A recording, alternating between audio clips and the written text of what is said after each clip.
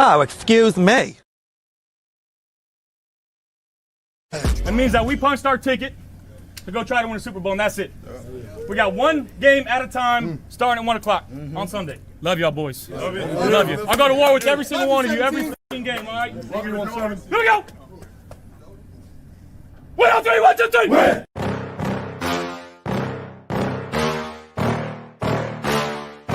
Yeah. Please tell me that I can't, that I won't, that I fail, that I'll never make it out, yeah. Please tell me all the bad, never good, fill my head full of every single doubt, yeah. Please say any negative thoughts, I pop off when I hear people say I cannot. I get off to the thought of proving everyone wrong, I won't stop to the top, so you better back off and get lost. I'ma stay loud, stay proud, never running out, never heading south. I'll be spreading out, call it word of mouth, can't put me down, I'll be getting loud. You can have it douse, not what I'm about, have your fucking cloud. It be raining now, I keep making sound, go another round, bitch I'm legend bound, can't stop me now. You don't wanna fuck with me, a slow burn like a disease. Just tell me that I can and show you things that you couldn't believe. Just tell me that I can. Just tell me that I can. Just tell me that I can. Just tell me that I can. It's showtime. Welcome to the Mafia Sports Report. Please like, subscribe, hit that notification bell because I always forget to tell you what up, Bills Mafia. Happy Sunday to you. Sorry that I am late, 30 minutes late. Honestly, I just kind of lost track of time. I'm not going to lie. It wasn't, I wasn't stuck in Sonic's drive-thru today. I actually woke up early because Princess has been waking me up early lately. I don't know why. Went out and got some Wendy's breakfast. It was okay. I don't know what you guys feel about Wendy's breakfast or if you guys ever had Wendy's breakfast, but it's all right. It's all right. I probably should have just I don't know, went to Coney Island and got like an omelet or something, but that's a different story for a different day. What is going on, Bills Mafia? Welcome to the Down Drought series. This is episode number 10, the year 2009. And y'all, do y'all remember what happened in 2009? We got a guy by the name of T.O. That's right. T.O. is joining the Buffalo Bills for 1 year. We are desperate. This is desperate times in Buffalo, and we are just trying anything to get out of the drought. And why not try for T.O. a one year deal? And you know what? I look back at his highlights. You know, he wasn't, because I don't really remember too much of T.O. From that year. Obviously I remember a few plays, but I'm going to show you guys later. There's like a highlight of T.O. here in Buffalo that somebody put together. And you know what, man? T.O. was pretty damn good here. I got to say, considering we started the season with Trent Edwards and then finished the season, the second half of the season with Ryan Fitzpatrick. So, you know, it's tough for a receiver to kind of get going when you have a shitty ass quarterback in Trent Edwards and a good quarterback in Ryan Fitzpatrick, but young, and you know how Ryan is. He'll have his moments. Well, let's get to some of the chat real quick before we get this thing going. Bob's always here, man. Bob has not missed an episode of the Down Drought series, so I appreciate you, man. Almost that time it is, and I was late, though. Jeez, man. I hope Bob forgives me. I don't know if he's still here or not. Believe in Bean Island. What's going on, Weston, man? How you doing, brother? That's right. Hashtag BB. But that's for another day. That's maybe Monday talk. Because, man, it's like Bills Mafia will not let it go. They will not let the hate go towards Brandon Bean. And fuck it. I'll just continue to, stick up for my dude, Brandon Bean. You know what I mean? Like, I'm his lawyer. At this point, I am the president, founder of Believe in Bean Island, and I'm his lawyer at the same time. I got to come out and address Bills Mafia. It's like every week. Awesome. Go Bills, go Sabres. How you doing, Godzilla, man? Appreciate you rocking with me today. And that's me. Give me I'm going live in like 20 minutes. And I did. I stuck to my word, by the way. Stuck to my word. Sonic, no, not today. Not today. Had Wendy's. Yeah, the Sabres, man. I think it was 8-3 last night or 8-2. Man, they did an ass whipping. So they go to Game 7. My Detroit Pistons kicked Cleveland's ass on Saturday, or was it Friday? I'm sorry, Friday. And they're playing today at 8 o'clock, Game 7 in Detroit. So wish my Pistons luck as well. Give me 1 second, guys. Give me 1 second. Hold on real quick. Got to mute.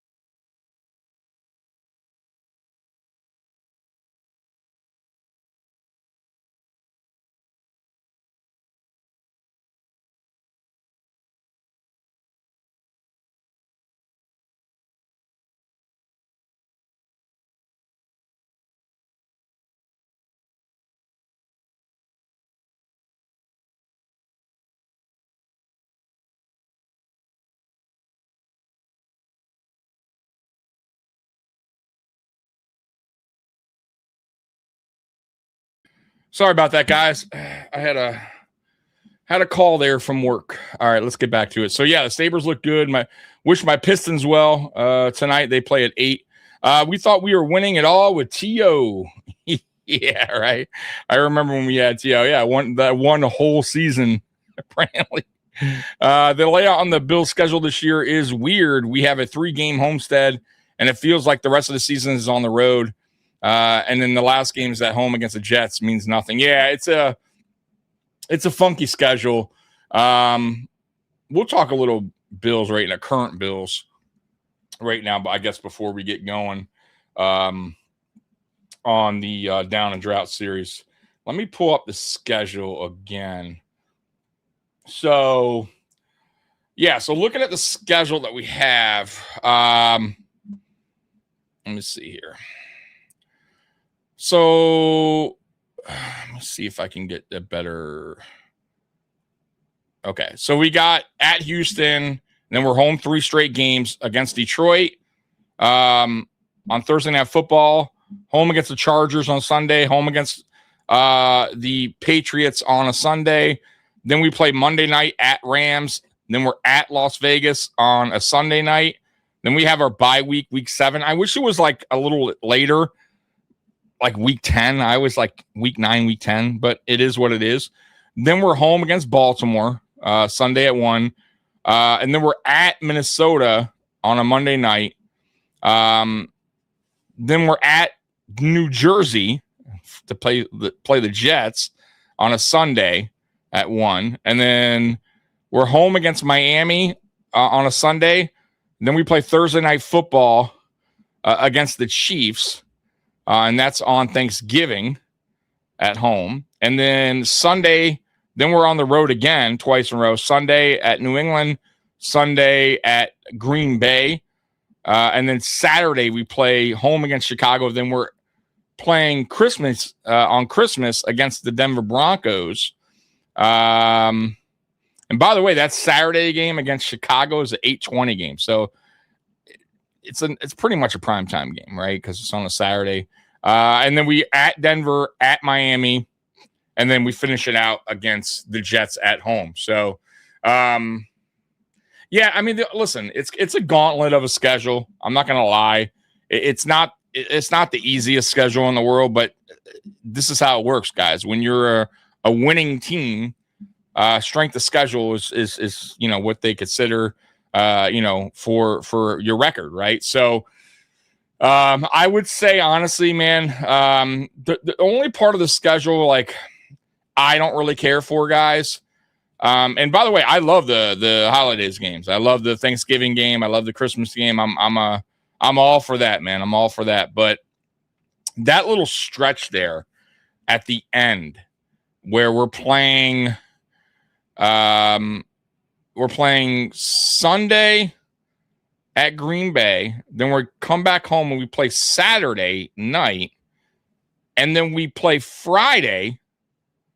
And then we play Sunday. So that little stretch there, that Sunday, Saturday, Friday stretch, man, that's a kind of a grueling stretch. And it's not like these are easy opponents. Two of the three games are on the road.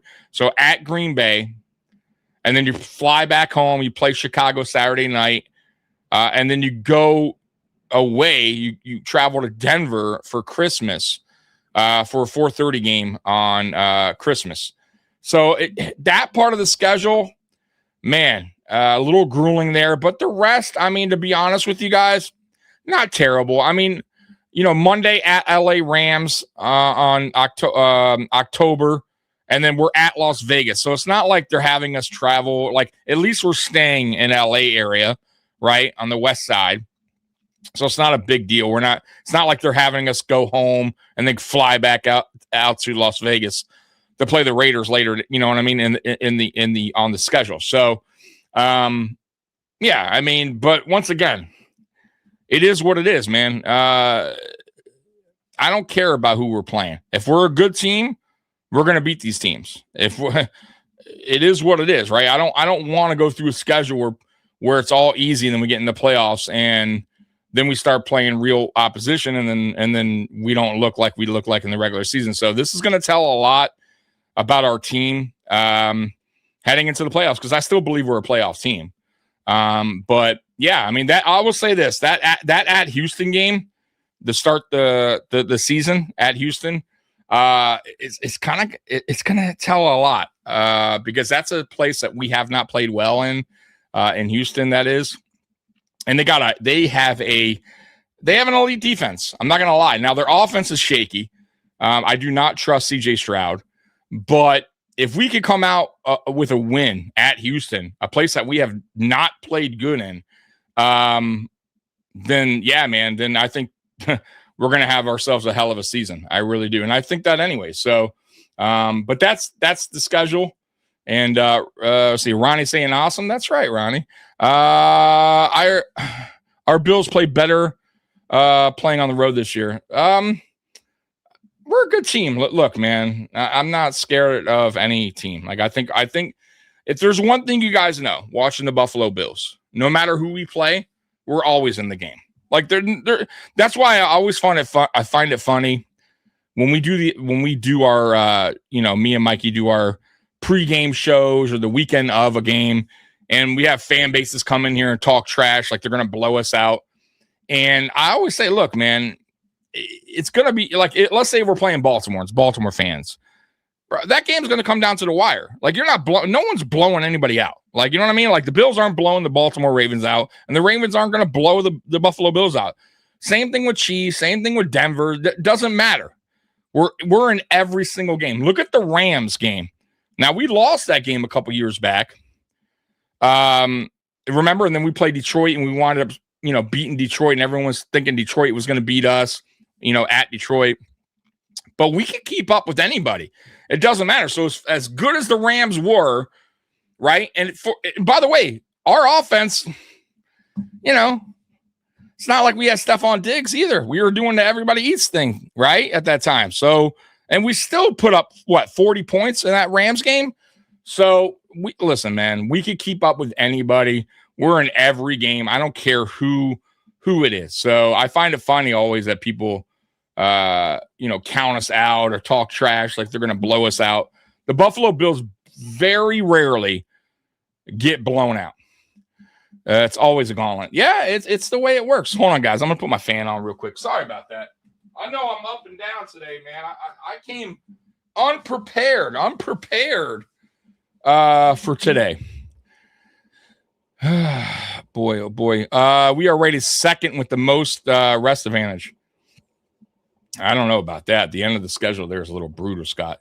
Yep, the schedule has a big rest advantage for Buffalo, except for that 3-game stretch. I'll say I don't really dig that, but it is what it is, man. What's good? Mafia Beth, how you doing, Beth? Afternoon, Tommy, my favorite host. Thank you, Beth. I appreciate you. And I haven't seen you in a bit. How's everything going?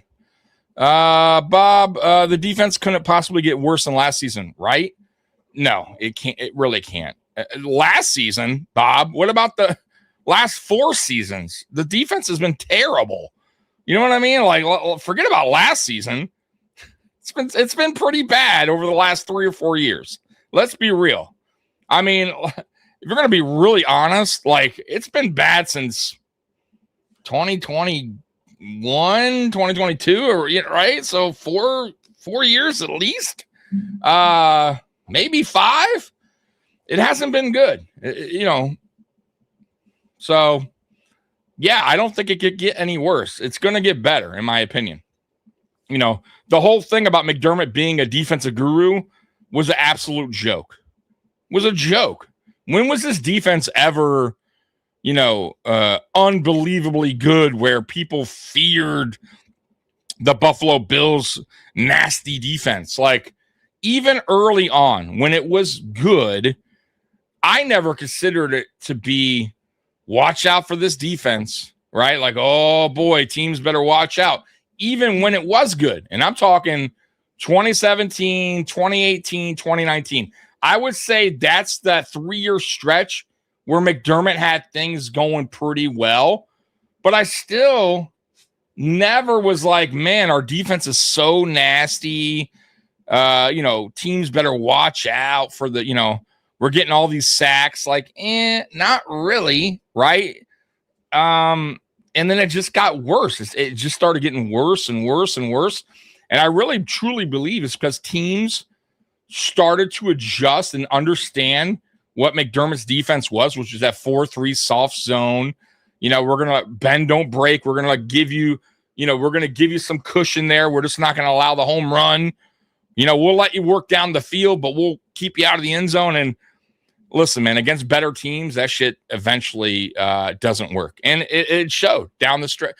Once you got to about 20, really in 2020, I always say that. When you saw that Chiefs game when they blew us out in the championship, because they did. And that was a team loss, but still, the defense looked terrible. And I felt like that's where it started to show its cracks against a really good offense in the Kansas City Chiefs. And Andy Reid exposed it. And then in 2021, forget about it. The 13-second game is all I could tell you. That's all you need to know. Like, that's where everything, that's when Humpty Dumpty fell off the wall. Right? You know what I mean? Like, the defense is broken, and I think people were holding on to the narrative that we have a defensive head coach. He'll figure it out. We're constantly drafting defense. We're constantly trying to, signing Von Miller. We're doing all this free agents, defense. We're going heavy on defense. And it never worked. It just didn't work. We brought guys. Matter of fact, we brought guys in here that left Buffalo and winded up being Pro Bowlers. Poona Ford couldn't even get a jersey, right? Like, I remember an interview with Poona Ford. Poona Ford's like, I'm doing everything they asked me to do in practice, and they're making me inactive. I don't know what to tell you. Poona Ford leaves, winds up being a Pro Bowler. He just got paid. He's one of the better run defenders in the NFL. But we couldn't use him. We had no room for him. McDermott couldn't find a place for him on the team. It's crazy to me. Tim Settle, who played on this defense, and I was tough on Tim Settle. I'm like, Tim Settle, man, he's not doing anything. And I was excited for Tim Settle when we first signed him because he had a lot of Commander fans were high on him. And watching his film, I was like, oh, damn, Tim Settle, this could be a gem. We might have found something here. And he did nothing here. But then he goes and leaves, and he plays pretty damn good. Right? Like, so to me, it was all about scheme. McDermott's scheme was broken. Nobody wanted to admit it. I did. I told y'all. Nobody wanted to listen. You know what I mean? And I think, honestly, they're not going to tell you that, but I feel like that was one of the big reasons why he got fired. He didn't live up to expectations as a defensive-minded head coach, but nobody wants to tell you that. Nobody wants to tell you that. They want to push that to the side and blame Brandon Beane for the players he brung in, the free agency that didn't work out, and draft picks that didn't work out. I don't believe all that. I don't believe all that. We had a team, guys. We had a good roster, a roster that could have went to the Super Bowl, and we had a head coach that absolutely blew it. Let's be real. Good regular season head coach, not a good defensive head coach. His defense was broken, and it showed in the playoffs. And he wasn't a good playoff coach either. Apparently, we have the 14th ranked hardest schedule. They say fourth. No, it's by. I think they said 14th ranked by schedule, by wins and losses or something. I forget how they termed it, but we actually have the 8th toughest schedule. But it's 14th on. It's like something else. Consider I forget what it is by points or something like that. But we really have the 8th. But all that doesn't. By the way, all that doesn't matter because remember, every year we have a tough schedule. It's the way it works. When you're a good team, it's strength of schedule, right? That's how they determine on when they do the scheduling for wins and losses for teams from the prior year.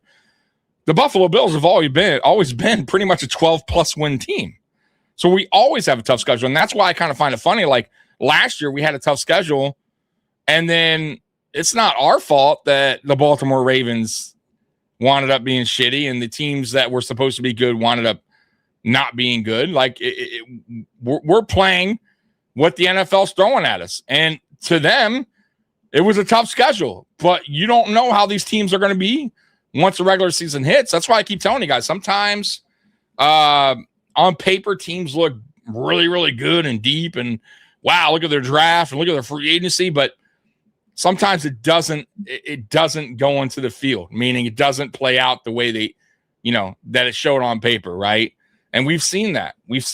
So it happens. But and that's why my other thing why I say when we talk about, when people talk about how bad Brandon Beane is and the roster's bad and he can't build a team and the draft is bad, but yet we're consistently winning 12 games.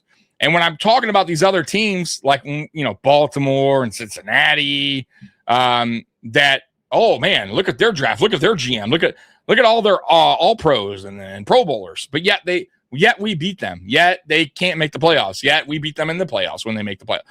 So what are we talking about? We're constantly a 12+ win team. It's not about just one guy. Of course, it helps with Josh Allen being elite, but you have to have a good roster. You have to have an offensive line to protect Josh Allen. You have to have a good running back. You have to have, certain pieces. You have to have all this to be a 12+ win team, to be a playoff team, especially every year. We've made it 7 years in a row. You know what I mean? Come on. But, listen, it is what it is. I'll keep defending them. I'll keep trying to make Bills fans understand where I'm coming from on the whole, this roster's garbage thing that Bills fans keep throwing out there. That Brandon Beane's garbage. Like, I'll keep on throwing things out there for them to realize where I'm coming from. But it's up to the person to, to take that information and do what they want with it. If they feel like, I'm talking shit, I don't know what the fuck I'm talking about, then it is what it is. You know what I mean? Time will tell, by the way. Time will tell. But if we're talking about past, if we're talking about from 2017 to 2025, right? Not counting the 2026 season. We don't know what's going to be yet. We've been one of the best teams in pro sports, right? Now, have we gotten the job done? No. But why didn't we get the job done? It's the question you guys should ask yourself. Why? Was it really the roster? Or was it the head coach? Right? Was it that, you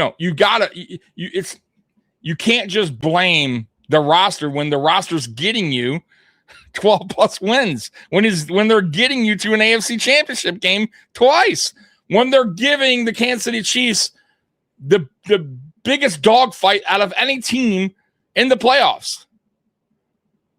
So you can't say the roster's trash. It's the guy that was leading the guys out into the field was the issue, and he's no longer here. Okay? So let's see. Like I said, it's a new year. Whatever happened back then, I'm gonna ignore it. It is what it is. All right? It is what it is. But it's a fresh start. And y'all should be excited about it. Everybody should be excited about this fresh start. We're going into a new stadium, which is fucking unbelievable, guys. I mean, think about it. How long did we play at the Ralph the Rich? Forever, it seems like. Right? And, listen, I miss the stadium, right? Like, it was a lot of great memories there, a lot of awesome moments. But that's the past, right? We're in a new era. And the new era is starting kind of fresh with a new head coach and new coaching staff. And thank God we still got Josh Allen, right? And we still got a lot of pieces here that know how to win games, right? And now we're adding to it with the rookies that we drafted that's going to fit into the new system, right? We have a new vision, right? We got younger, right, as far as the head coach and coaching staff, so they're going to understand the players a little bit more. They're not going to be so tightly wound like Sean McDermott. There's a lot to be excited for heading into the season, especially for the defensive side of the ball. Like, I got to be honest with you guys. I've never been, and I said this earlier in the podcast, I've never been excited going into a season about our defense, right? I never was like, oh, man, I can't wait for the season to kick off because our defense is going to be nasty. Like, no. But this year, and I'm not saying I'm like at that point where I'm like, oh, we're going to be so nasty, but I'm excited to see a different defense, a different scheme, right? A more aggressive type scheme, because this is what this defense is about, right? We're going from a 4-3 soft zone, bend don't break defense to a 3-4. And by the way, he's mixing it up. It's not always going to be a 3-4, right? He's going to show a lot of different looks, something that McDermott didn't do. A lot of exotic packages, a lot of exotic blitzes. Like, this defense is going to look a lot different than what we've seen, and that should excite you. And then, obviously, like I said, the new stadium, it's just a new energy, and I want Bills fans to be a part of that, to get on board with that. I'm not telling you have to love Brandon Beane or you have to love Joe Brady as a head coach, but be excited for the change, the new era that's coming up. Because we're still going to be a playoff team. We're still a very good team. And people are like, I just don't see why people are so down and out about this team. I just don't get it. There's nothing to be down and out about. Am I disappointed that we haven't made a Super Bowl and won a Super Bowl in this time frame so far? Of course. But once again, do I believe we should have at least gotten to a Super Bowl and probably won one by now? In this Allen era? Yes. Yes. Absolutely. But we didn't because of the head coach that we had. And those are facts that I'm spitting. Y'all can believe what you want to believe. But let's be real. That 2021 year, 13-second game, that was it. That was it. I mean, we had other years too where I felt like we probably could have gone to a Super Bowl. But if you're going to mark one season where there's your opportunity and he fucking blew it, was the 2021 13-second game. Nobody, but yet nobody wants to talk about that. They want to, the Bean haters want to be like, oh, Brandon Bean, boo. Like, do you realize our coach cost us a Super Bowl appearance? We beat the Chiefs there. We're beating the Bengals. I promise you that. We're beating the Bengals. We're going to Super Bowl. We're riding on the momentum. We were a fucking awesome team in 2021. Our offense was clicking on all cylinders. You can't tell me we wouldn't have gone to the Super Bowl at that point. Once you beat the Chiefs, that's it. You just hit, you just took down a monster. You ain't letting the Bengals beat you at that point. You're going to Super Bowl. But Sean McDermott blew that. If he didn't, we'd be talking about something different right now. Right? But, once again, people want to ignore that. And I find it funny now that McDermott's gone. It's like people want to find another reason, another person to hate, right? And this love for McDermott all of a sudden is so fucking weird to me. Because for years, people were like, fire this guy. We fired him, and now people are like, oh, I can't believe we fired McDermott, but why didn't we fire Bean too? Like, why? What do you mean? Why? The problem was that guy, not this guy. Man, I go on some rants, man. You guys killing me. I haven't even started the Down and Drought series yet. Go Bills. Damn right, go Bills. How you doing, Godzilla? I'm about to start this Down and Drought series. I'm sorry that I'm kind of going in a different direction, but it's just, I don't know. I get a little bit triggered when I talk about stuff. I like where our team is right now. We added what seems to be the right pieces in the right places. It is a hard schedule, yes, but we are an elite team. Now we know how Kansas City fans feel. Yeah, like listen, that's not going to stop. Like, we are a 12+1 team. Like, tell me that we're not, because if history repeats itself, we're going to be a 12+1 team again. Like, that's just what we do. That's what Buffalo does. We win games. The problem is our playoffs. We can't seem to get over the hump. We're losing division or championship games, AFC championship games. And we have to figure that part out. And I feel like we will, now that a major problem that was preventing us from getting there is now gone. And this is my opinion. Now, look, if in the next 2 seasons we're still getting bounced from the playoffs, then, yeah, maybe it is time for Brandon Beane to go, and maybe it is time to let Joe Brady go as well and bring in an experienced winning, possibly a Super Bowl winning head coach in here, because Buffalo has no Super Bowls. And a lot of us has been waiting all of our lives, right? Pretty much all of us for a Super Bowl, right? And you're only going to have Allen so long in his prime, right? Like, he's still there, but he's been in the league since 2018. It's not like he's a young cat, right? Like, and the way he plays is going to shorten his career. These are just facts, right? So you can't be fucking around here with Joe Brady. If he can't get it done in the next 2 seasons, you got to move on, because I think Allen has about 4 to 5 years left in his prime, and that's all, folks. I mean, now look, could I be wrong? Of course I can, but like I said, with the style of play, his age, yeah, I think he's 30 now.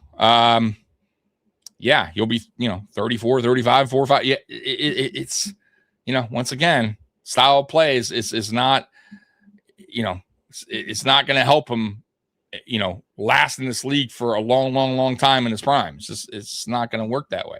So we need to get the job done, because we all know as Bills fans how hard it is to get a quarterback, especially at that level, right? Like, Jesus Christ, it took us forever.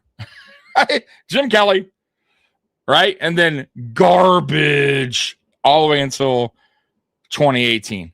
Let's be real. I mean, and I like Tyrod, but come on, right? I like Fitzpatrick, but come on. You know what I mean? And those are our 2 best ones in that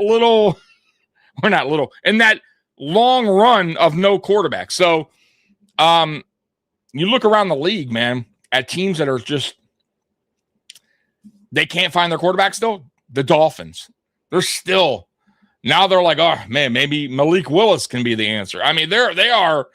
Look at Pittsburgh, bringing back Aaron Rodgers, 40, whatever. How old is he? 42? Yeah, right. I mean, it's like, some of these teams just cannot find a quarterback. And, eventually we're going to be in that situation again. So we better fucking win. Going Bills destroying. Ronnie, how you doing? But end of your school is crazy. Oh, okay. I got you. Yeah, I forgot. Also, hey, Mr. Blakely, I've missed my OGs. Yeah, man, there are a lot of OGs are in the house today. Let me get caught up at the chat. I feel like I'm behind here. The biggest issue was the defense. The offense has been top 5 the last 5 years. McDermott's supposed to be a defensive guy. I think he was just along for the ride. Yeah, and that's a great point. And that's really what I'm throwing out there. And when people say like, and by the way, I agreed with it where fuck it, load up on offense, like do whatever you can to get this offense to be an elite offense where we're scoring 35, 38 a game. But we shouldn't go into every season going, man, our offense needs to be so damn elite to even have a chance of going to Super Bowl, because our defense is going to give up 33 points, right? On average, by the way, and I'm not bullshitting you. It was like 32.5 a game in the playoffs under McDermott. That is wild numbers. If you score 30 on offense, guys, that should be good. Now, I get it. If you're going against a high-powered offense, okay, you're probably going to be in, I guess, the 30s. But have you, guys, the Miami Dolphins with a third-string quarterback put up, I think, 30 points on us in the wild card game. That's unacceptable. He allowed 30 points with a third-string quarterback. What the fuck? Right? Like, come on, guys. So it wasn't like the Dolphins were this high-powered offense. You know what I'm saying? So clearly the issue was the defense. And yes, and then my other problem with McDermott was he started to put his hand in the offensive cookie jar, a jar that he should have stayed far away from, because the offense was just fine. It needed no McDermott hands on it. I didn't want any of his fingers on the goddamn offense. And he did. He got rid of Stephon Diggs. Nobody wants to talk about that. Everyone talk about the cap that we're in because of Brandon Beane and blah, blah, blah.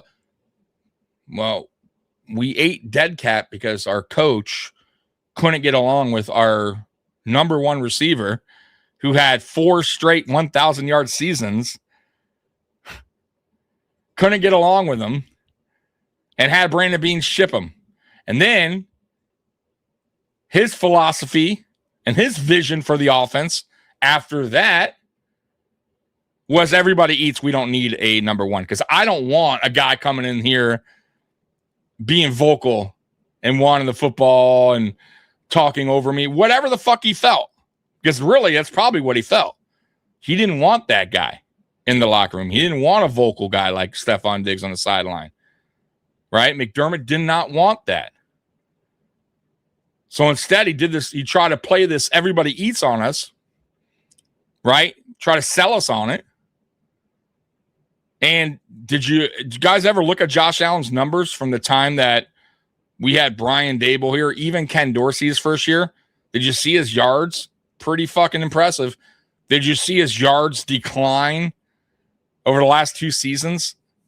Yeah, drastically decline. Because Sean McDermott didn't want that style of play anymore. He didn't believe in it. He wanted to slow the ball. He wanted to slow it down. Right? Old school football. Right? Control the clock. Long drives. Right? Let's keep everything, safe. Kind of like his defense. Right? Safe. Let's not have Josh Allen run as much. Remember when Joe Brady, when actually it was the Ken Dorsey year, he actually even said it before the season started that he didn't want Josh Allen running.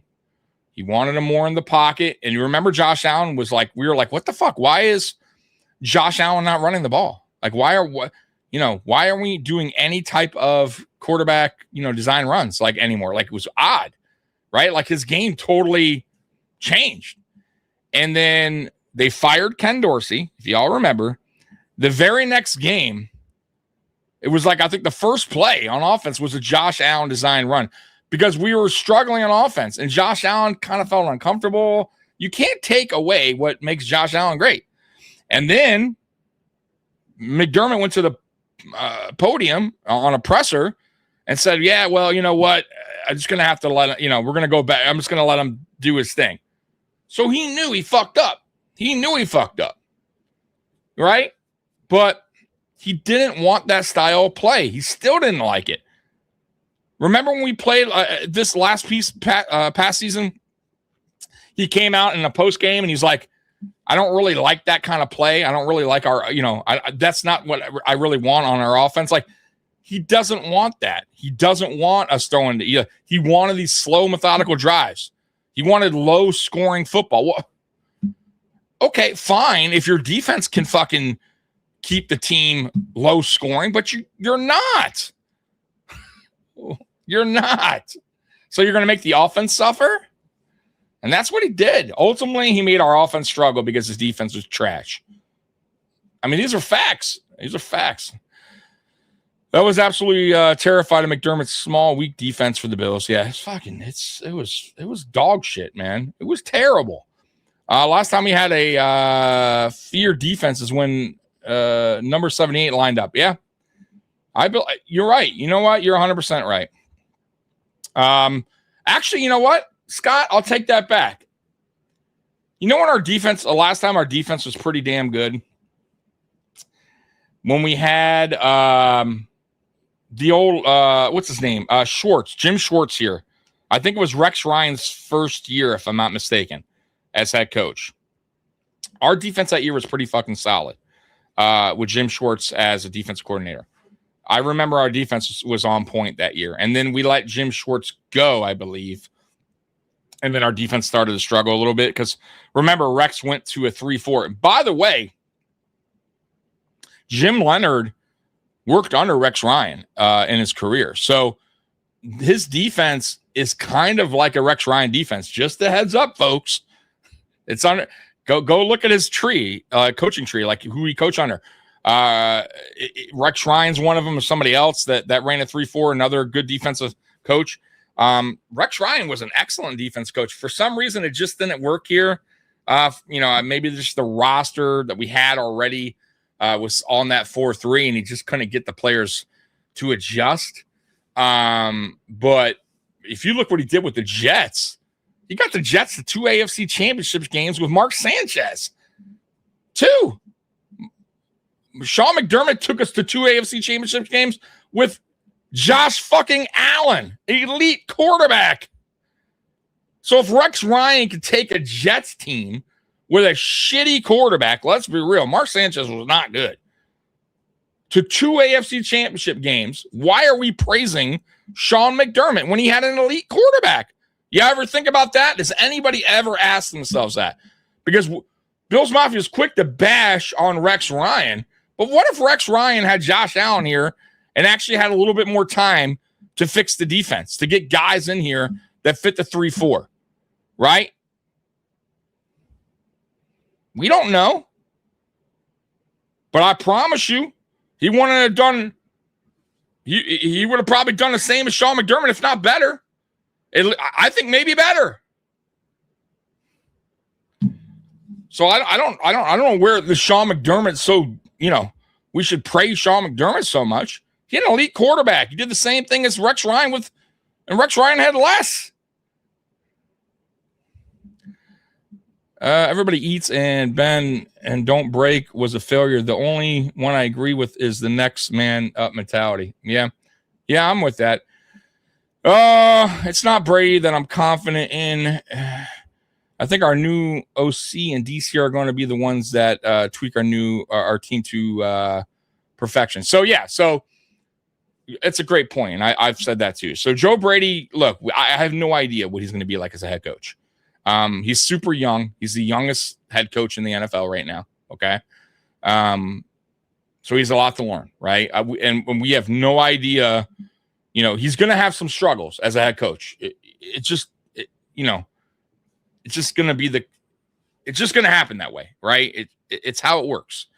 But with that being said, the coaching staff that they built around him makes me feel a lot more comfortable with him being our head coach, if that makes sense.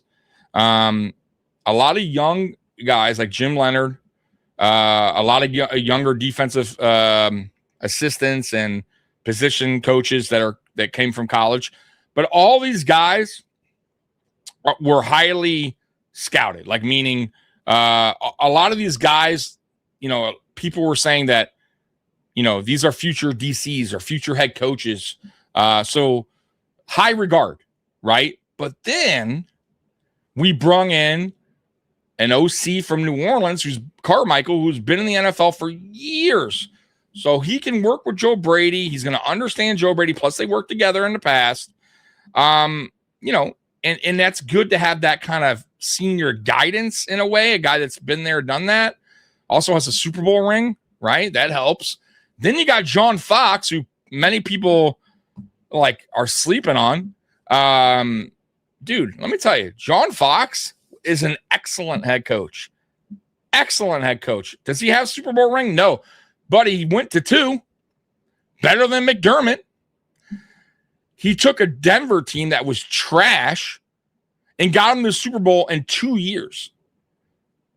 2. I believe it was 2 or 1.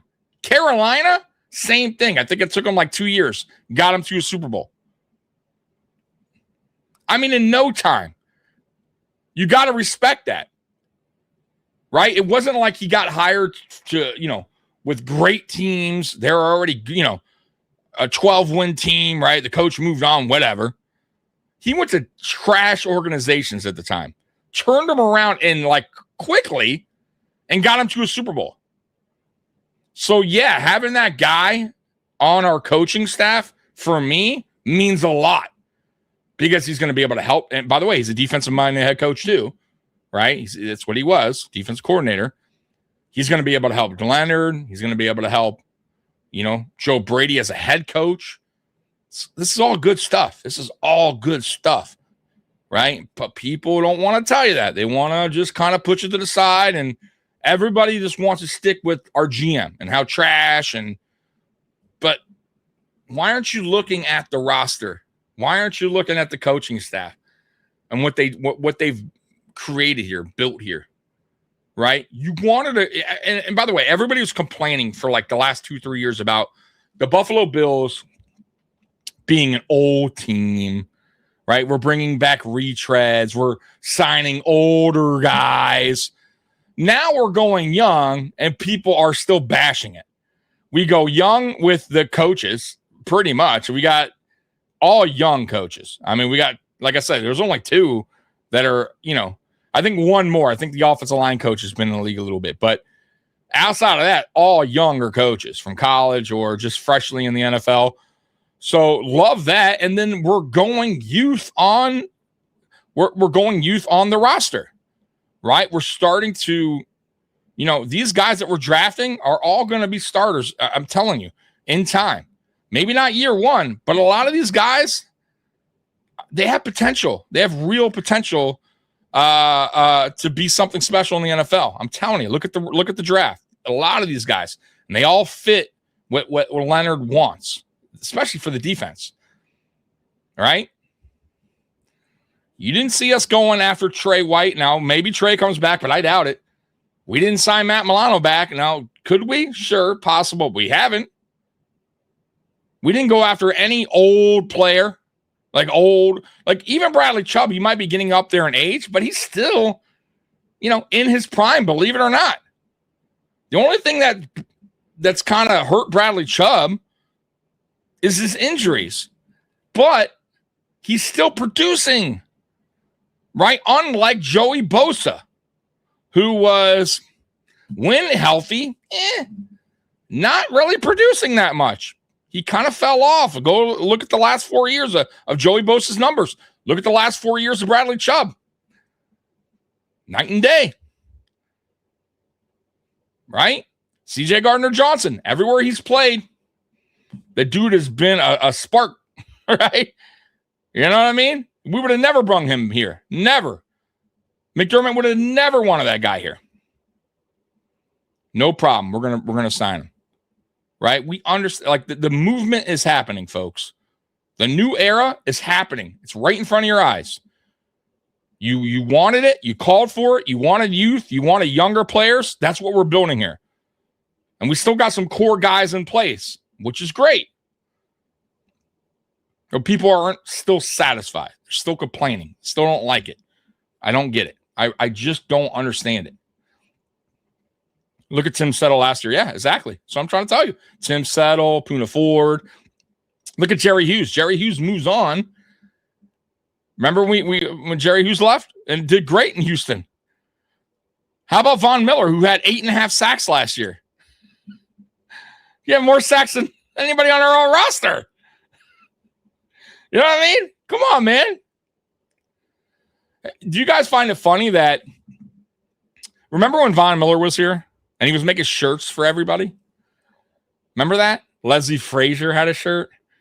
Brandon Bean had a shirt. Matter of fact, I bought the Brandon Bean shirt. I bought the Brandon Bean shirt while ago, right? While ago. Right? Because that's my dude. Right? But did you notice there was no Sean McDermott shirt? Did you notice that? No Sean McDermott shirt. Did you ever hear a player get signed to Buffalo and say, man, I can't wait to play. I can't wait to play under Sean McDermott. I can't wait to get going on his defense. Right? Like his defense is, you know what I mean? Like praising his defense. Tell me who, what player ever, you know what they said when we signed free agents? I can't wait to play with Josh Allen. Even a defensive player, right? They never said, can't wait to play for Sean McDermott. Now, players that go to Kansas City, what do they say? Can't wait to play for Andy Reid. Can't wait to play, with Patrick Mahomes, Andy Reid. Spags. Like these names are being brought up. McDermott's name never got brought up. They knew. Players knew. You didn't even get, that's real talk. And I'm not saying he's a bad guy. You know, I praise McDermott for some stuff. I thought what he did in 2022 was tough as a head coach for everything that Buffalo went through. I mean, that was a tough year. And I give him credit for that, for pulling the team together, right? Like, once again, guys, I look at both sides of the coin. I'm not going to just trash the guy totally. He did some good stuff here as well, right? And in 2022, I think, when we talk about impressive years, and it's funny because people want to praise Sean McDermott for last year. Oh, man, last year was his best season, for a long time. Wasn't? Really? Was that his best season? Guys, we scored 0 points in 2 games in the first half this past season. I don't recall any year we did that. It was terrible. We scored 3 points multiple times, I think, in games this year on offense. What are we talking about? This wasn't a great year. We lost the division to the Patriots. This wasn't his greatest season. For me, I thought 2022, if we're going to be real, was his best season because of everything he had to deal with, right? 2022, think about it, guys. Buffalo, the offseason, right? The top supermarket thing happened, right? Pulling the team together, right? Going out supporting the city, right? The people that were affected. Then Dalton Kincaid's brother passes away. Remember that? Right? And then DeMar Hamlin happened.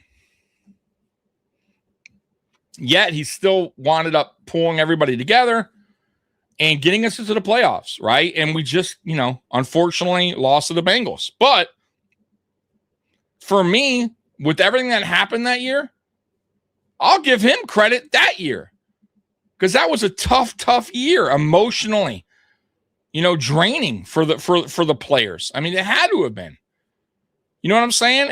And to still get this team to the playoffs, and performing at a high level for the most part, even after the DeMar thing happened, which was crazy, right? For any team to go through that, I give him his dues. Absolutely. And I don't think he gets enough credit for 2022. So that's why I don't really I'm not going to praise him for what he did last year. What the fuck did he do last year? He did nothing.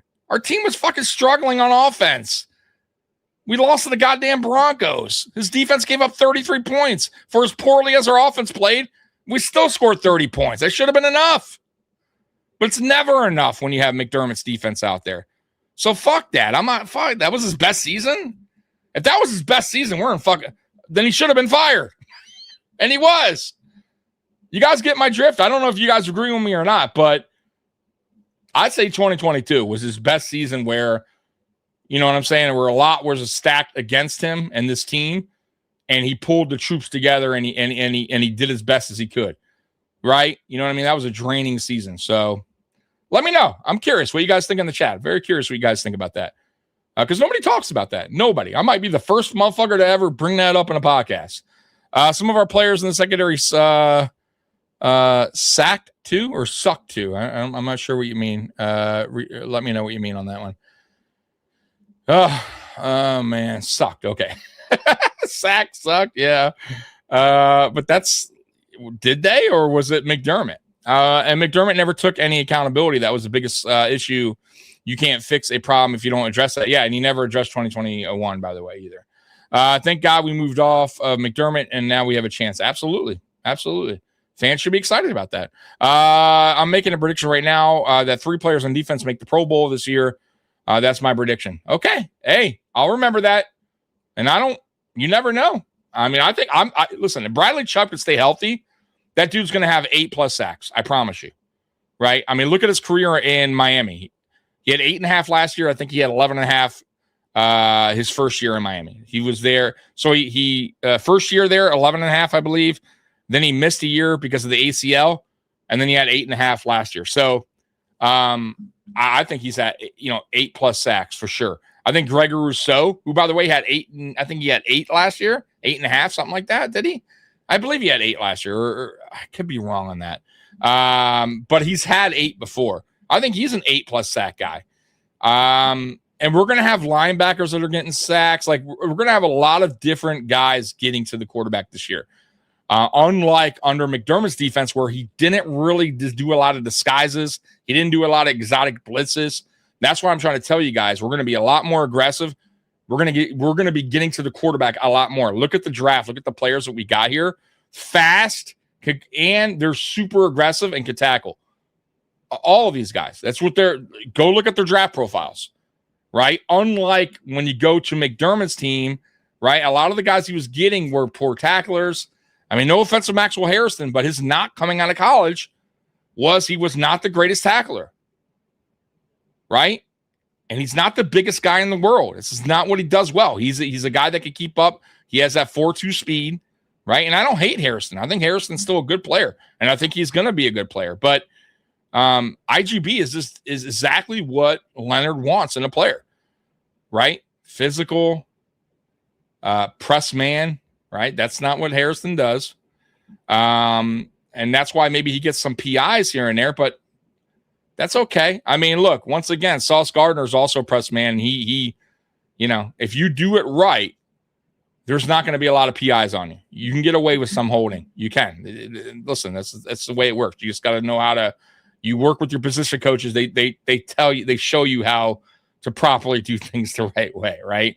And one thing about IGB that I noticed was in 2024, his PIs were kind of high, but in 2025, they dropped drastically, right? He worked on that, right? And it shows, right? So I think he'll continue to work on that, and I think he'll continue to get better. He has that mentality. He seems like that he has that mentality, and a lot of the players that we got seem like they have that mentality as well. TJ Parker, Elarm Orrs, that's another exciting player. Kilgore. I'm telling you guys, we got some good ones in this draft. So just keep your eye out on these guys, man.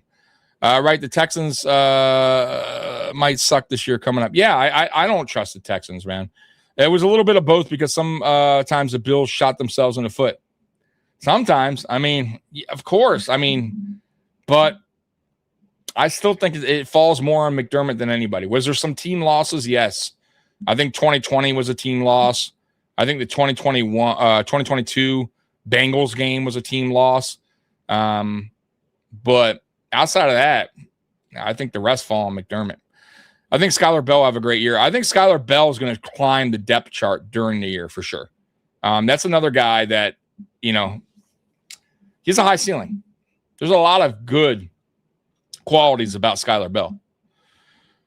I really believe that Benford could make the Pro Bowl this year along with Chubb and Oliver if they stay healthy. Yeah, another guy that you know, people sleep on Benford. Like they refuse, like some Bills fans just don't want to admit that Benford's like a top 10 corner in the league. He is. The dude plays the best of the best week in, week out. And just because he doesn't have a lot of interceptions doesn't mean he's not a damn good corner. That means quarterbacks aren't really throwing his way. A lot of the time they're not, right? And that tells you all you need to know, right? The dude has done a great job here. Can't hate on Christian Benford at all. Now, we'll see how he does in this new defense. That's going to be interesting. But for me, he's shown the ability to improve each year, and I don't see why he can't catch on to this defense and be the guy that he's been. I think Chubb has the best season of his career. We'll find out. I'm still mad about the 13-second game. Yeah, me too. I'm also really excited about Bishop and Gardner Johnson. Yeah, Bishop, by the way. Whew, that dude's only going to get better. I mean, he's not even there yet. Like, he has not reached the ceiling yet. Still super young. And just he's only getting better. He's only getting better. Excited. I'm excited for Bishop's career, to be honest with you. In my opinion, Allen was horrible in the last playoff game. Hopefully he's really focused on the season and the next level of performance. See, I don't think he was. Listen, I thought I wouldn't say horrible. I guess I'm one of few to think that, because I know a lot of people think he was terrible in that game, but I think he made some mistakes for sure. You know, the turnover at the end of the half was terrible, but why was that play even called? You know, we had no timeouts. We're at like I think our 27-yard line. What are we doing there? It's not like we had this high-powered offense, right? Where we have these kind of players. We're just chucking it downfield like the Rams. You know what I mean? Like, well, I don't understand what Sean McDermott's thinking was there. It's kind of like takes me back to the Houston Texans game a couple years back. Remember that? Where he's chucking the ball downfield, right? 3 straight plays. What are you doing? And then the Houston gets the ball right back. We score a field goal, win the game. Like, and that's what I'm talking about when it comes to our old head coach. But yes, Josh Allen makes some mistakes. So did James Cook. You're going to throw Josh Allen in there, you might as well throw James Cook. James Cook had a big-time fumble when the Buffalo Bills were driving, had all the momentum going. I mean, we were about to score a touchdown there, and James Cook fumbles the ball. I mean, that kind of got the ball rolling as far as turnovers. Nobody wants to talk about that. But with all that being said, Len, we still scored 30 points. 5 turnovers, 30 points. So yeah, for is not as great, for as, I want to say terrible game for Josh Allen. I would say not one of his best games. How about that? Not one of his best performances. He still, drove us down the field, set us up for a field goal, took us into overtime. He still had key moments in that game to give us an opportunity to win the game. Because look, what if we win 30 to, let's say the defense actually does their job. And when we went up 30 to, we were up 4. When we were up 30 to 26, right? If the defense actually did their job and, stopped the Denver Broncos, which they had multiple opportunities on 3rd and long, nobody's talking about, how terrible Josh Allen was. You know what they're saying? Right? Or actually, it would have been 27-23, right? At that time, because we went down and scored the field goal later. So 27-23, right? Nobody's talking about how terrible, like Josh Allen, awful. You know what they're saying? Man, for as poorly as he played, boy, he had that last drive, and they went down, they went up 4, and finally the defense gets a stop, and the Buffalo Bills are in the AFC Championship game. But nobody's talking, nobody's saying anything. And let's say we win in overtime. Let's say we win 33-30. Let's say it was the other way around. Same thing. Damn, for as poorly as we still put up 33 points. You know what I mean? So for me, for as poorly as our offense play, because James Cook's part of that too, we still put up enough points to win the game, guys. 30 points should get you a win, man. And it didn't. Right? And I'm not sold on Denver's offense. I'm not sold on Bo Nix. It's not. I don't think he's that great of a quarterback. I think our defense makes quarterbacks look great. Or our old defense. Guys, we gave up I think the Dolphins put up 30 on us with their third string quarterback. I remember playing teams when they had their backup quarterback and they still put up points on us. Right. And we were it was the only time I ever kind of felt confident. I'm like, oh, well, they got a backup in there. And we still were toe to toe with these guys. It was mind boggling. You know, like Andy Reid, like their team, the Chiefs, Spags would eat up that Dolphins team that we played in the wild card game. They would have never allowed 30 points. Are you kidding me? But McDermott lets a third string quarterback come into Buffalo, by the way, and just work you. But what the fuck? I just want us ready for the playoffs. I'd rather lose a regular 1 or 2, but not suck in the playoffs. Yeah, exactly. Once you get in the dance, you're in the dance, man. I remember when I was watching the Bills as a kid, I loved watching the offense, but to me, it was the defense with Bruce and Biscuit, Odoms. Yeah, dude. That was a well-rounded team. That's what I'm talking about.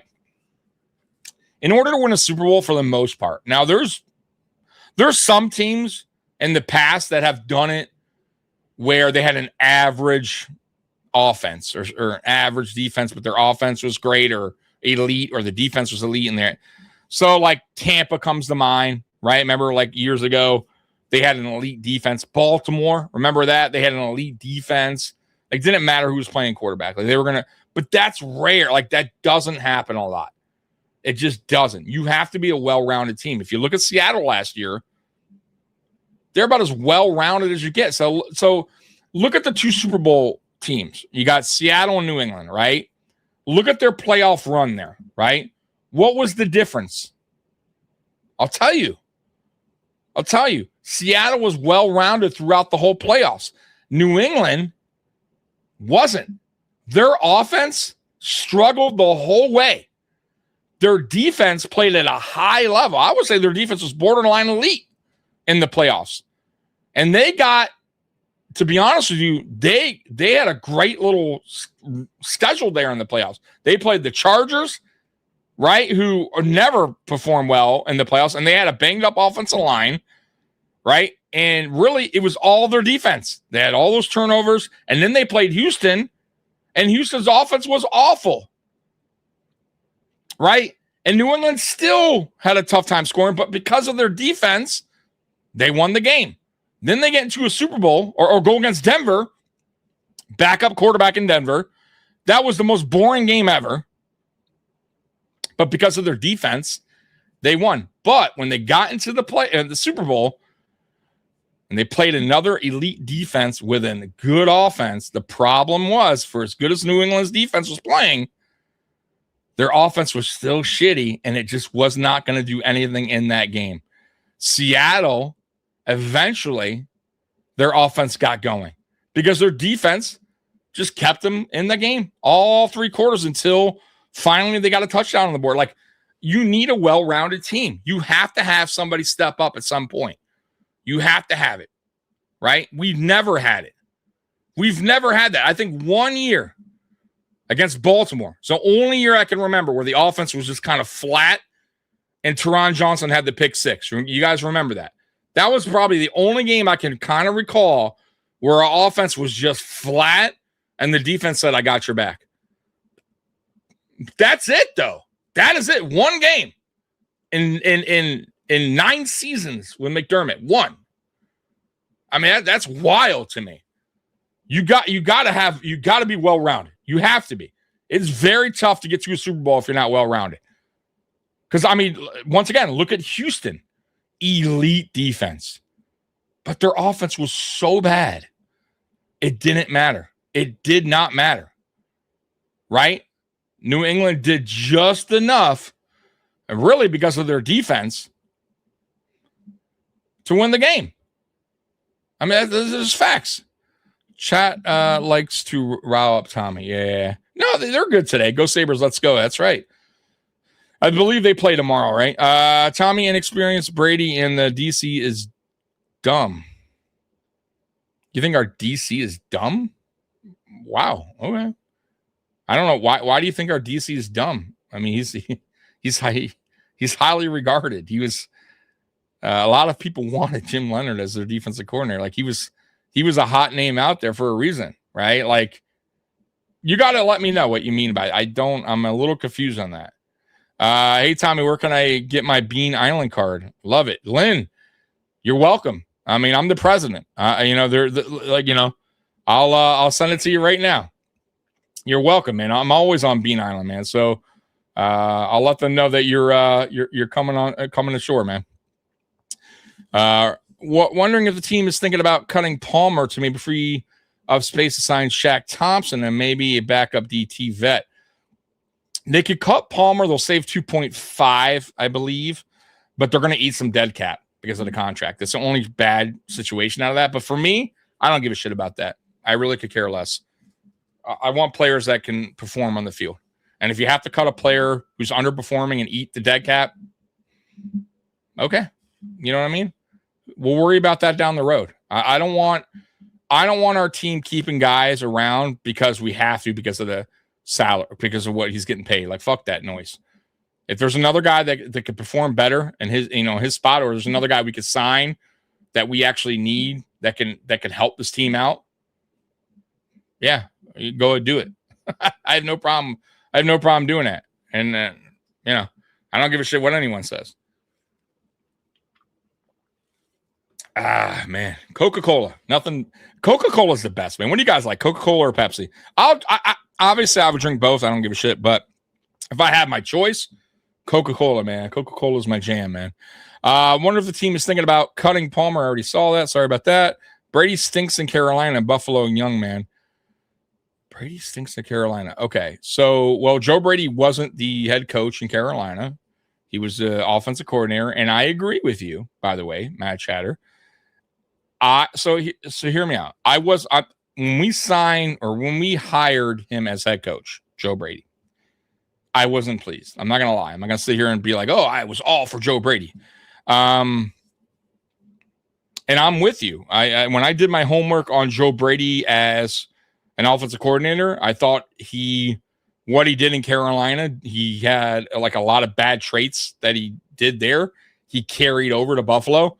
It didn't seem like he changed his ways. That is concerning. I'm not going to lie. Him being inexperienced and, first year head coach, I have no idea what to expect. But like I said before, Matt Chatter, this coaching staff that they surrounded him with makes me feel more confident. And I'm not going to kill the guy right now because I don't know what he'll be as a head coach. You know what I mean? Like maybe this is a position, maybe this is a thing that he excels in and does really well.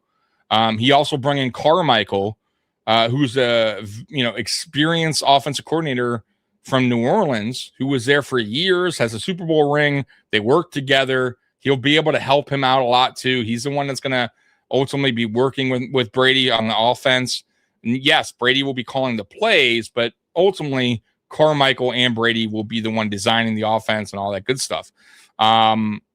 And then, of course, I told you earlier, they got John Fox, who's an experienced head coach, been to 2 Super Bowls, knows how to turn bad teams around. And I'm not saying this is a bad team, but he has that experience. He understands. So I just like the coaching staff, and I'm high on Jim Leonhard. I think Jim Leonhard, he got a lot of praise for a reason.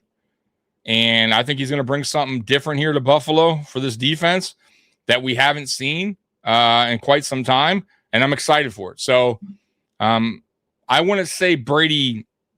I'm not going to call Brady a bad head coach right now because I have no idea how he's going to be a head coach. I'm just excited for the overall coaching staff. Let's see what they can bring, right? I have no idea until they bring it. So let's see what they do. I wasn't around during the AFL championship. So, yeah, I've been waiting my whole life, right? Neither was I, dude. So I started watching in '89. So, all right. Tyrod and Fitz were ass. I don't know about that. Tyrod... It was weird. Tyrod, his first year, man, I thought he played really, really well. His first couple years. And then he kind of I think he got hurt and he wasn't throwing the ball deep anymore. Like he started doing a lot of checkdowns. And it just, I mean, I want to say he's ass. I think Tyrod Taylor is a really good backup. I think he could fill in as a starting quarterback for a year for a team. Let's say your quarterback goes down. But I don't think he's ass, right? Especially in that time, where he was still, I would say in his own prime.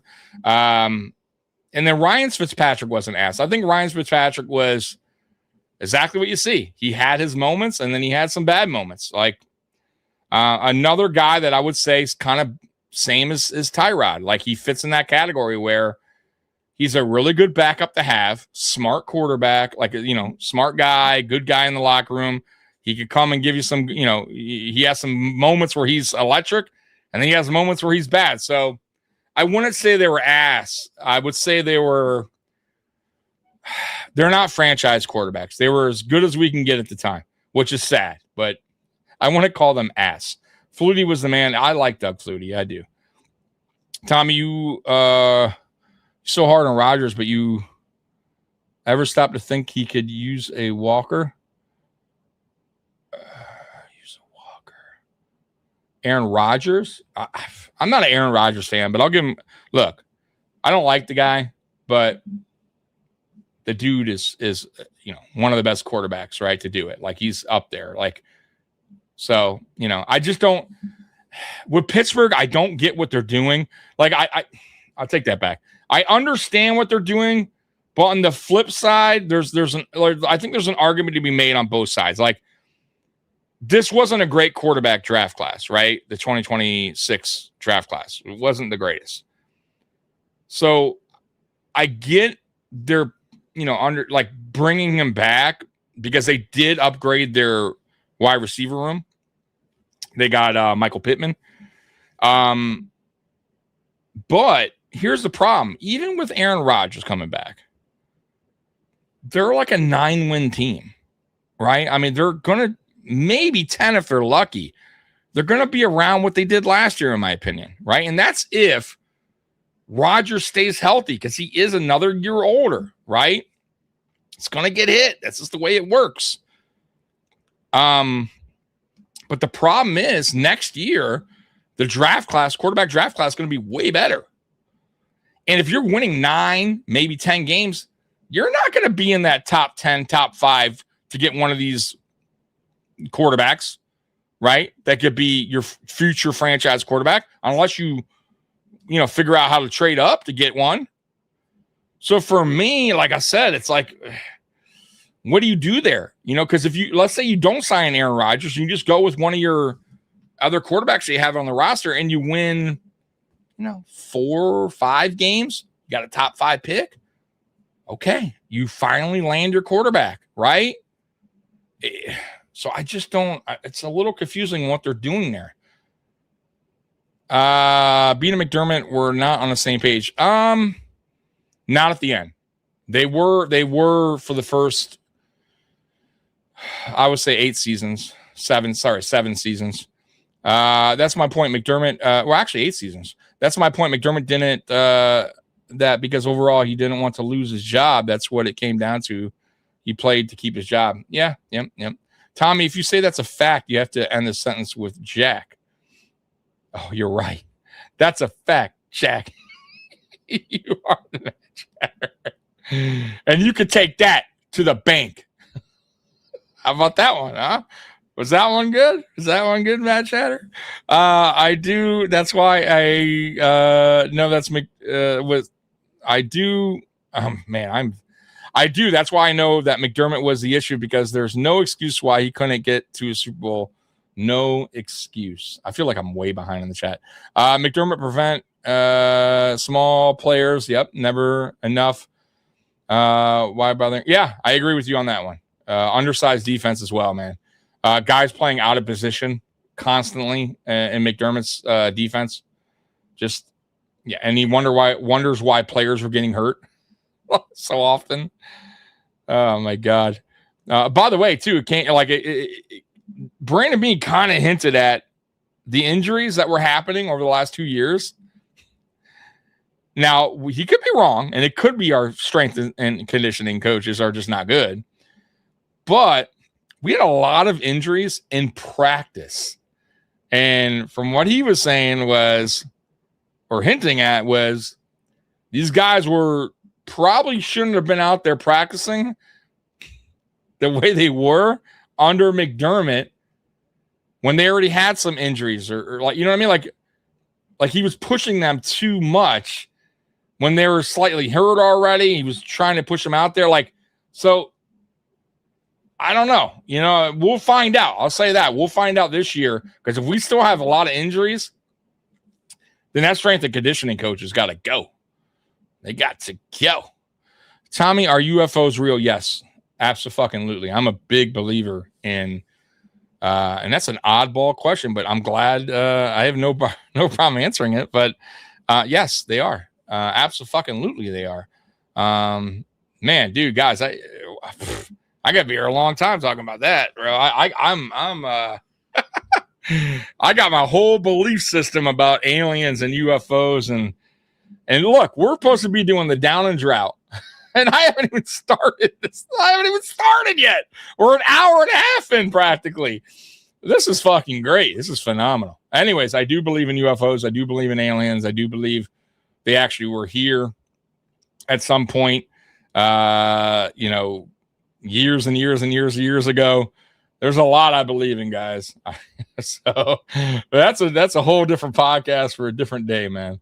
Tommy, stop ranting and get down to the Down Drought. I'm like, you got too far by the chat. It's you. Listen, Sandra, I answer every chat. I try my best. I try to. That's one thing I do better than anybody. Y'all know that. That's one thing I do. I respect you guys. I think you guys are the one that steers the ship. And I don't want to just avoid chats. But these are questions or people mentioning stuff. And I feel like if I don't talk about what people are commenting, then what's the point of putting the chat up on the, putting the comment up on the screen? Like, I don't want to be rude to nobody. I don't know. You know what I mean? Like, it's tough. I'm not going to lie to you. But it is what it is, man. But McDermott is not a defensive guy. Sorry, I just don't see. And he did good things, so credit just due where it's due. The Buffalo Post podcast would disagree. They think that that was his best season last year. I just don't get it. See, I would debate them. Like, boy, oh, dude, I would love for them to have me on their show. For certain, honestly, any of these big time guys, dude. I would love to go back and forth with guys that are knocking Bean or saying shit like that. I would love it, man. Give me the platform, man. Invite me on your channel. McDermott was conservative tackle after catch. The new defense is aggressive. Not reacting to the offense exactly. And I don't think our offense is going to have to suffer now. You know what I mean? McDermott wanted our offense to kind of stay on the field, long drives to keep the defense on the sideline, refreshed, and basically catering to his defense. Fuck your defense. right? Fucking McDermott. You know, why should the offense have to fucking pay because you guys can't get a fucking stop? You know what I mean? Like, we're trying to score some points here, not fucking 3 by the half, right? We need like real points here because your defense is going to give up a shit ton. Let the fucking offense cook while your trashy defensive scheme continues to give up fucking points. And we'll just see who wins in the battle at the end. I mean, what's your win-loss prediction for the year? I have us at 12, but I can see us winning 13. But if we win 12, that's good enough, I believe, to win the division probably, or damn near close to it, because I don't think New England's going to be as good as they were last year. I just don't see it. I think we win the division this year, and I have us around 12 to 13 wins. Hey, Tommy, it was a joke last playoff game. Yeah. I mean, of all the backups on D, the Bills had to trot out in the Denver game. Savage may have been the worst. Yeah. And you know what? I thought I was kind of high on Savage when we first got him. But man, not with that performance. He gave up a touchdown right away. Bills fan, absolutely. It's crazy how McDermott always talked about being complimentary, but it never was. No, it never was complimentary football, but it was always one-sided, in my opinion. Absolutely. Coca-Cola is the greatest drink ever. There we go, Matt Chatter. Me and you on the same page. What do you think Brady does best or needs to do better in your opinion? So my biggest knock on Joe Brady is understanding your player's strengths and weaknesses, right? I thought he did a poor job as offensive coordinator with that wide receiver room. I didn't think our wide receiver room was total trash the way it looked at times last year. He didn't understand how to use guys the right way in the system.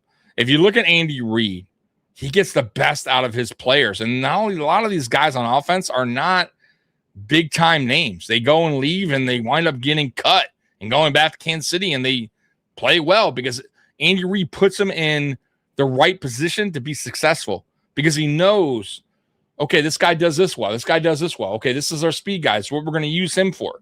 And I felt like Brady just missed that mark, right? We had speed here. We had guys that actually ran a 4.3. We didn't use them to their ability. I think like Keon Coleman's a perfect example. Like Keon Coleman, if you ever look, like when you go back and look at his film last year, what he did best for me was slants and crossers. Put him in a slot more often. And the reason why I tell you that is because he's kind of a bigger bodied receiver. And when you're putting him in the slot, right, or you're putting him on some of these crossers, he's usually facing a guy that's smaller framed than him, and he boxes them out because that's what he does well. And we just didn't do it much. We just didn't go to that. You play it a lot. So there's a lot of things I felt like he left off the table for some of these guys that we had that should have been more successful last year. So that would be my biggest knock on him. My second is he's too predictable at times, right? Running the same, like how many times you're going to run it on first down? How many times you're going to do a play action on second down? Like you got to mix it up in the NFL. You can't be so predictable, right? I mean, if you look at that Denver game, is holy shit, how many times you're going to run it on first down? Why don't you do a play action to start? Because they're at this point, they're selling out for the run on first down. How about the game that we lost to Kansas City, where we kept trying to put Josh Allen in the tush push in the same goddamn direction on the left side, where Kansas City was absolutely selling out, right? They were selling out. They were weak. If he would have just called had Allen go to the right, or actually fake the tush push and maybe a pitch play, anything different, we would have called Kansas City off guard. I'm telling you, they were absolutely selling out. Even the broadcaster, I think it was Romo, was like, bro, like they are absolutely just selling out on this. They know what they're going to do. They're playing for that play, and that's it. If they would have just mixed it up, man. But he didn't. He kept going. Predictable. He has to stop being so predictable. Those are my two knocks, the biggest knocks. He has other small things, but I think he can. It's not a big deal, and I think he can work on that. But those two things, he has to be better in, especially since he's still going to be the play caller. You know what I'm saying? He has to work on that. And you got to know what's in your room. You have to, right? I mean, we got 2 receivers here that are new. Maybe 3, by the way. Because, don't sleep on Burton, who has some off-field stuff, and it really wasn't even off-field like DUI or anything crazy. I know he did something in college with his girlfriend, but I think that case was thrown out. Whatever. But most of the stuff that's been in the NFL related has been exactly what Keon Coleman has been doing, which is just not, he hasn't grown up, right? Like he's immature, right? And he was getting benched because same as Keon Coleman, like missing practice or missing a team bus, right? Like, and hopefully he learned, just like Keon Coleman. Hopefully he learned because, and Burton, by the way, he has all the tools, man. Burton was really good in college, played for Alabama. We're giving him an opportunity. So if he makes a team, once again, you got all these, you got DJ Moore on your team now. You got Skylar Bell, possibly Burton. We'll see what happens with that. You got Keon Coleman coming back. Like, you need to understand what you got in the room and use their strengths, right? You have to. If you don't, and you don't expand the route trees, and you go out there and you do what you did last year, this offense, it could still struggle at times. Absolutely. Refresh me on our edges. That is killing us. Yeah, but that was... See, so here's the deal, Mad Chatter. I'm not going to go on anything years past anymore with that scheme.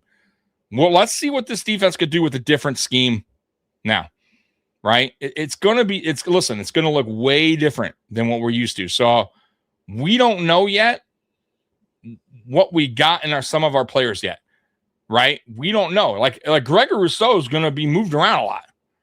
He could be playing at a much higher level, or he could continue to play like how he's been playing. And by the way, it's not even bad. It's not like Groot gets a lot of heat. Groot has been one of the best run edge defenders in the NFL. I think he was the number 1 last year. The reason why he gets a lot of heat is because he doesn't get a lot of sacks, right? He needs to get to the quarterback a little bit more, but he's a good player. But we'll see with this new scheme. Hey man, UFOs are the shit. They are. You love to hear I'd love to hear your thoughts on UFO. I'm a semi-believer, bro. I tell you, man. Look, man. At this point, the government knows.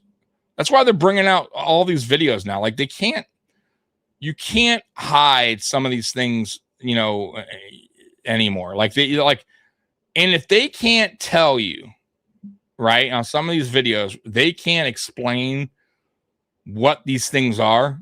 That's going faster than a fighter jet that we have that is super fast, and these fighters are going. These these guys in the jets are going. What the fuck? Like, I've never seen anything move that way.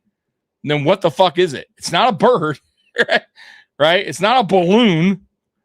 You know what I mean? Like, so if they can't explain it, there's a problem, right? And yeah, man, I do believe in them. I absolutely do. There's no way that we're the only civilization. I can't even pronounce that word. Civilization. I'm still pronouncing it wrong. There's just no way. There's no way. So anyways, that's just a different story, different day, but I do believe in UFOs. Absolutely. I believe in aliens. I believe in all that. I love Coca-Cola, but had to cut it out because of type 2 diabetes. I did lose a hell of a lot of weight though. Yeah. And I'm gaining fatter and fatter by drinking Coca-Cola. I didn't drink soda for like 3 years, right? And then I moved to Michigan, and I was in a store one day, and I don't know what made me do it, but like I think I was like on the checkout line, and they had a glass bottle of root beer. And I'm not even a big root beer fan. Like I like root beer, but meaning I like it's like I'm not buying root beer every week, even now. But I for some reason I'll get in my mood where I want a root beer. But I saw this glass bottle of root beer, and I'm like, oh, I'll get that root beer, and got hooked on soda again. just like that. Got hooked on soda. And dude, I drink soda, man. I drink like probably 2 liters a day easily. And honestly, that's probably why I gained a lot of weight. Because I got to Michigan, I was like 220. I'm 6'2". And I was always around, like in middle school, I was really skinny. I was 6'2", 160 pounds. Like super, super thin. But then when I got in high school, I started gaining a little weight. But my best weight when I worked out and I played basketball, 6'2", 190. But I was, I had muscle in me. And then, I came here, I gained a little weight before I moved to Michigan. Cause once you get a girlfriend, you get a little, I had a girlfriend at the time, start eating out a lot more. Right? You know what I mean? You're starting out, stop going to the gym, stop playing basketball, started getting into that relationship vibe, right? That relationship zone, whatever you want to call it. And moved up to Michigan, still about 220 at that time, which is still okay, a little overweight, nothing crazy though. And then I got to drinking soda, and and I'm lazy. I don't play basketball. I don't do shit. I don't go to the gym. I don't do nothing. So I'm probably, guys, now, I haven't weighed myself in quite some time, but I'm probably, if I like, put it this way, last time I weighed myself, I think I was like 297, something like that, close to 300 pounds. And that was a while ago. So I got to be at least pushing, I don't know, 320, 6'2", 320, somewhere around there. But I don't, what the thing is, guys, I really don't care. Like, maybe I should, I don't think I have diabetes or anything. I mean, but I love food, man. I love food. I want to drink what I want to drink, and I just don't give a shit. You know what I mean? I'll be 48 this year in September.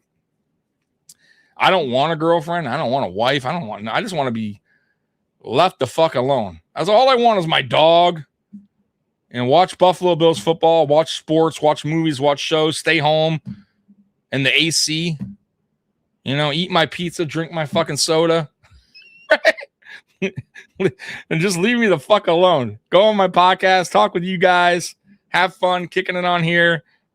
I don't need no fucking girlfriend telling me to lay off my fucking pizza or not be on my podcast or, to go camping or canoeing. You know what I mean? I'm good with that. I'm just going to get fat here, watch my football, as long as I got my puppy over here and whatever. If I have a heart attack one day, it is what it is. I think you have one of the best Bills podcasts. Go Bills. Hey, Godzilla, man. Thank you so much, bro. And look, 2 hours in almost, hour and 40 minutes, and I have yet to start the show. Start the show. Let's see here. Tommy, I want 18 weeks, 2 bye weeks, more teams and more games, not on Sundays. So sports like we can watch more games. I miss football, man. I can't wait for football to come back, man. We got a little while to go, man. It's going to be a little bit of a dead patch here for a little bit. That's why I'm doing these Down and Drought episodes on Sundays, because I got to do something to kill time. You know what I mean? Who is the one guy on offense and defense that you want to make the biggest leap? Good question. One guy on offense, biggest leap. I would say, see, the easy answer there is Keon Coleman, right? Because we all want, I don't hate Keon Coleman. I actually wanted the Bills to draft Keon Coleman. He just has to mature the fuck up, man, right? And he has the tools. Like, I don't think he'll ever be a 1, but he's not a bad receiver. You know what I mean? He has good qualities, but he's the easy answer. One guy on offense to make the biggest leap. That's a tough one.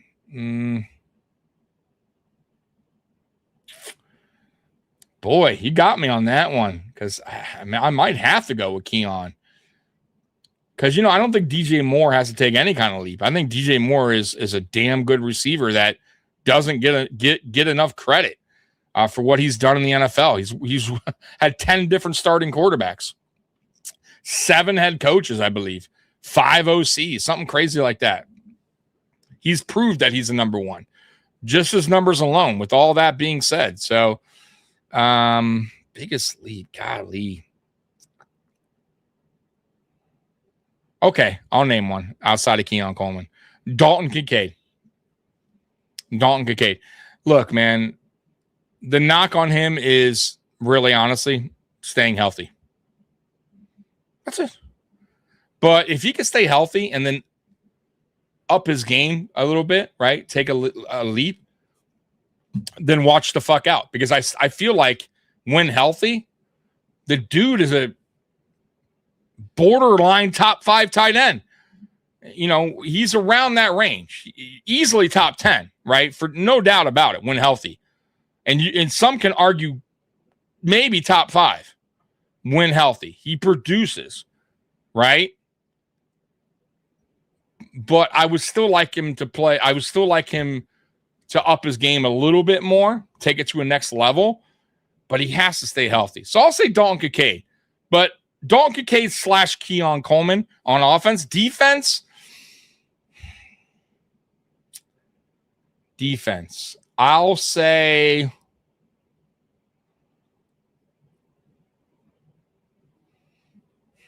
Gregory Rousseau. I think I would like to see him take another leap forward. He's still young. He gets a lot of heat still, though I don't think it's deserved. But I would like to see him take another giant step forward in his career, right? Like, and it's possible we see that under this new defensive scheme. So I'll go with Groot on that one. UFOs are real. Yes, they are. Absolutely, they are real. Did you see the Pepsi commercial during the Super Bowl when the polar bear drank a Pepsi? That was a good one. Yeah, I did. Would love for Stevie not only to get Keon to completely unlock his potential, but lend him his why so serious shirt. Wow, I think I've caught up with the chat finally. Do what makes you happy. Go Bills. Damn right. Keon is just not fast enough, though, in my opinion. Yeah, but you don't need to have. There was players that were, excellent wide receivers that didn't have dynamic speed. You know what I'm saying? Like that, speed's not everything to be a good receiver. Put it this way. What's his name? DeAndre Hopkins wasn't really known for his speed. He's not like a speed guy, but he's an excellent route runner, or he was, and his hands were excellent. You know what I mean? So great route runner, excellent hands. And I want to say he's slow, but speed wasn't his thing. He wasn't known to have great speed. I mean, look at T.O. I'm not saying T.O.'s slow, but T.O. is like a 4.5 guy. That's not like fast. You know what I mean? But T.O. was an excellent route runner, excellent hands, good enough speed. You know what I mean? Like, so it's not always about speed. Look, matter of fact, there's guys that have electric speed and they don't have good hands, or they don't have good, they don't run good routes. You know what I mean? So it's not all about speed. But anyways, guys, we are an hour and 45 minutes in. We are time. I'm caught up with the chat. I am officially caught up with chat. His prototype is Mike Evans on a high possibility, but he can be a knockoff of Mike Evans. Mike Evans is another guy. He wasn't Mr. Speed, but great route runner and really, really good hands. All right, let's get to this, man. Sorry that it took so long, but I had to answer your guys. Episode 10, 2009. Towering genius disdains a beaten path. Oh man, I was gonna say, what the hell happened? Hitherto unexplored.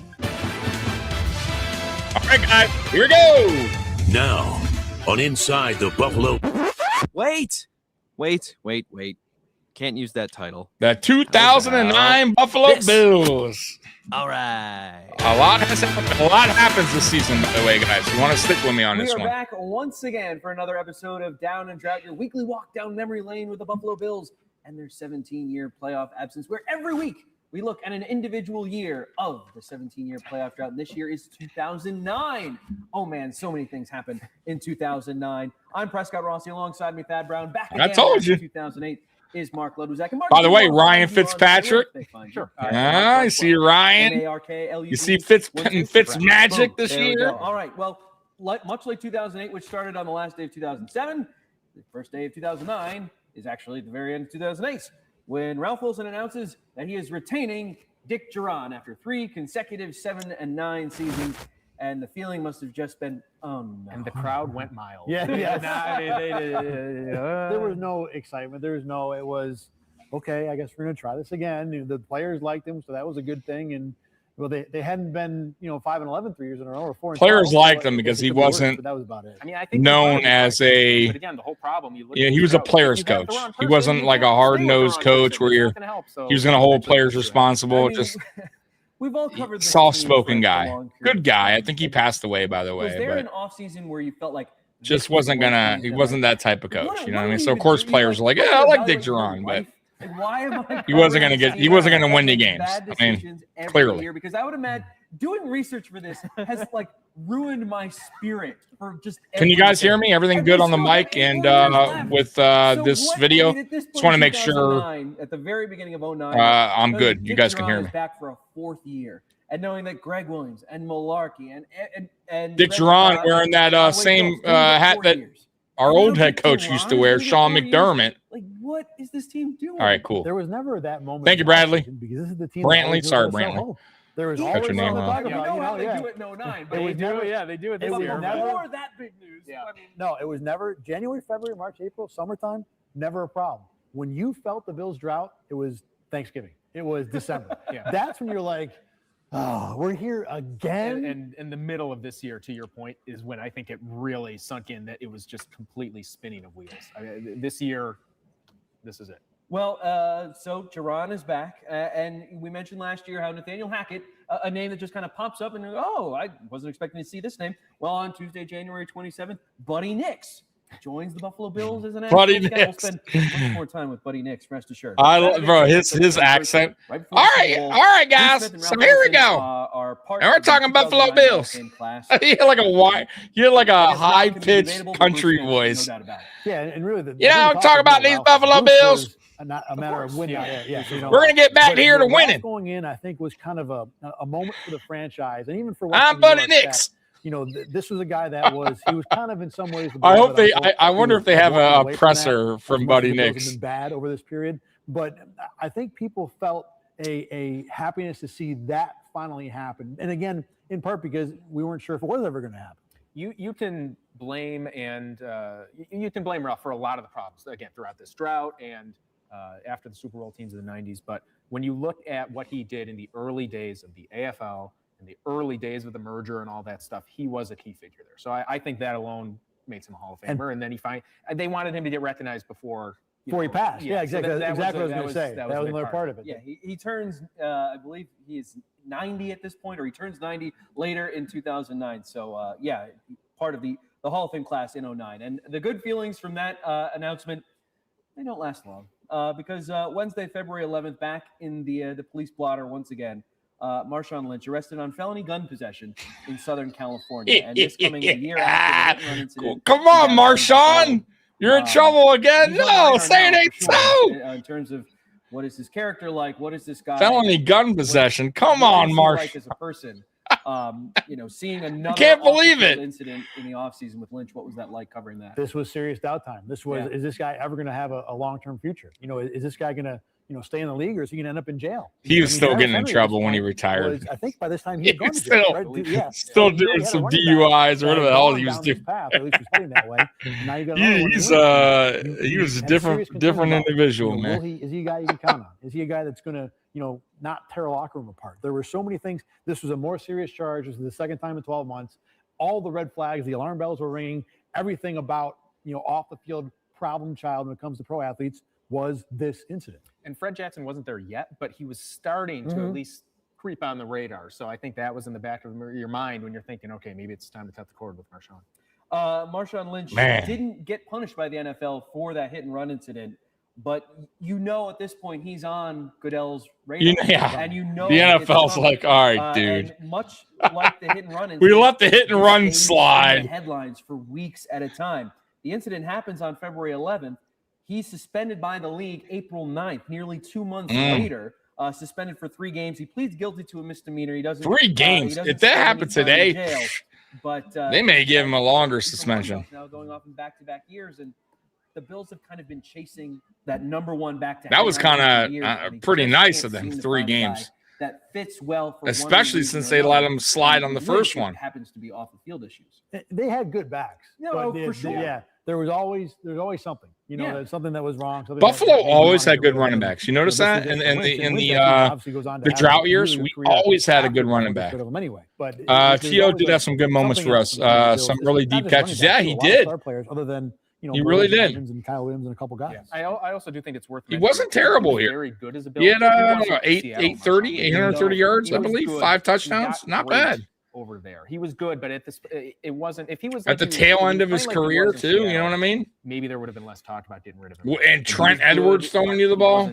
He was a player that could be expendable. So the Bills open free and agency Fitzpatrick by releasing Derek Dockery, one of their biggest free agent busts from the drought. Dockery, remember him? What a bust! February 27th. CJ Spiller, yeah, he had Ryan speed. Fitzpatrick. So they have I liked him. Quarterback JP Lawson We didn't keep him out of long. his contract, so we bid Lawsman a deal. Oh, Lawsman's then, gone. On Saturday, March 7th, word comes out from Pro Football Talk that the Bills are interested in signing free agent wide receiver Terrell Owens. Yeah, First time you saw that headline, T.O. did you go, what? No, it was not a chance. Won't happen. Florio gets things wrong Why sometimes. would that's a part of it too? Yeah. But This was a desperation signing. Let's be real. 1 year. Let's get some fans in the seats, like believing again.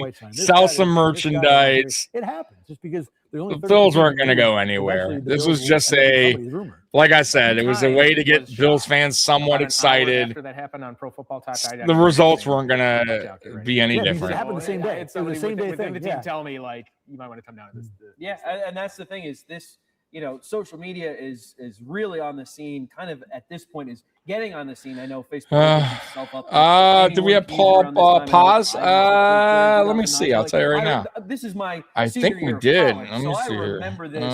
This is when I'm transitioning into the workforce, into the media, and I remember like Was pause on scene. and then within hours, the Bills have signed Terrell Owens. And so now here comes T.O. I don't see him. This guy that has worn out his welcome in every city he's No, been in. And now he's I don't coming think to so. Buffalo, a place that has not seen I think he was his off the ducks team. in a row for going on a decade. It was a crazy day because it went that way. It was the rumor was out, and then all of a sudden he gets signed, and your story's gonna be a little different than mine. Yeah. He gets signed at like 5:57. So in TV, in our world, we work in 6 and 11 o'clock shows. It couldn't have been a more frenzied time. It was, and not only that, it's the middle of March, so we're covering high school basketball and hockey playoffs. We had a whole list And of it's a things. Saturday too. Exactly. On the week. Yeah. So it's smaller staff. And I remember I was working with a guy named Corey Heppel at the time. And we had a whole litany of games. Shout out to Corey. Remember T.O.'s the cereal? So Corey's out at whatever game he's going to do. I'm about to do my show. And then the news happened. Boy, Buffalo knows how to market, huh? Let's get him a cereal right away. Sign Terrell Owens. Everybody's got to know. Let's get him a cereal. It's fashion, makeup, whatever, like they put my face in, it came up, whatever it was. If you think about it, there hasn't been a lot of cereal. Right? There's been in Buffalo. Flutie Flakes. I don't think Jim Kelly had one, right? I could be wrong, but Flutie Flakes and then T.O.'s, right? And then Josh Allen cereal, right? I don't think there's anyone else that's had cereal. Blue Cross Arena. Could be wrong. Let me know. Covering high school games, he was doing a react to Terrell Owens story with Bills fans who were in attendance. Our sports director, John Kutchko, who was off the day, comes in at 11 o'clock. not only now in news, Like Willis normally McGahee didn't sports have is like the cereal, fourth part of the and show. But if there's a big Eric story, Moles didn't we'll have do cereal. maybe Lee Evans didn't have the cereal, first part of the right? show. John and I did the first 7 minutes of the show that night. So Josh, with that's what I'm saying. So introduce is the new wide receiver of the Buffalo Bills, Flutie, Terrell Owens. T.O.'s, and Josh Allen. That's it, right? From Chief Operating Officer Russ Brandon. Yeah, there he is. T.O. The unthinkable. Terrell Owens. T.O. is a Buffalo Bill. This is News 8 Now at 11. Okay. I used to have Flutie Flakes. I lost it in the Terrell move. Owens had done a press conference in Buffalo. His reaction. I'm just looking forward to this opportunity. There he I know is, I'll help T.O. this organization out. Then there was John went through and found all the Terrell Owens highlights over the years. The sit-ups in the driveway, he's my quarterback. Yeah. It's my quarterback. My All that quarterback. stuff. We did a T.O. It's my retrospective. quarterback, And we had a man. story on That's the reaction. greatest. As soon as that happened, it's unbelievable. These kids, they have their cell phones now, and they're finding this out. All of a sudden, the Pittsburgh Sutherland fans, These kids with their damn cell phones. Gonna do his thing this year. Buffalo Bills go undefeated. I think possibly. Hey, is somebody here in this report following me right now? Are you guys one of my subscribers today? Excited and a little not excited. It was Those could possibly one of those people could be one of my subscribers on my channel. You never know. Of the news show. Not just like had a couple stories.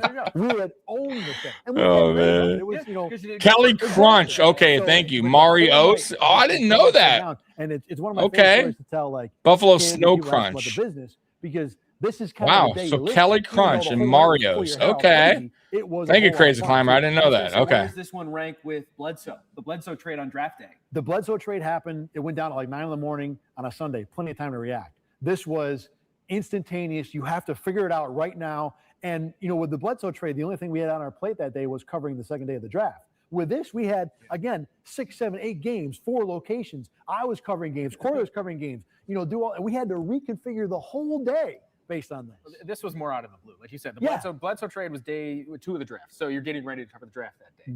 Mario Williams watch. That was start of free agency. Like, these are big days you're expecting. They're things to big happen. NFL days. Exactly. This was You're not already an prepared. NFL day. This Yeah. was the opposite. Yeah. The timing, like you said, it was a weekend. It was a whirlwind for all of us. Yeah. Brandon and John Guy, they negotiated with Drew Rosenhaus on the deal. Terrell Owens, 35 years old, but coming off Damn, the year 35. where he had 69 catches, nicely done, for 1,052 yards and 10 touchdowns, which you pair that with Lee I didn't know he Evans, was 35. and, Jeez. oh, man, our But yeah, constant him and Lee Brandon Evans, dancing I mean, ahead and for- we only had a quarterback. because now they have that And a good coach. target. Sorry, James Hardy. Terrell Owens is going to be, the guy going head. It's not a bad one, too, if you No think one about ever it. Really thought. You know what I mean? I don't think that this was a football move. This was not about going out to get the big receiver or the guy that'll make the offense.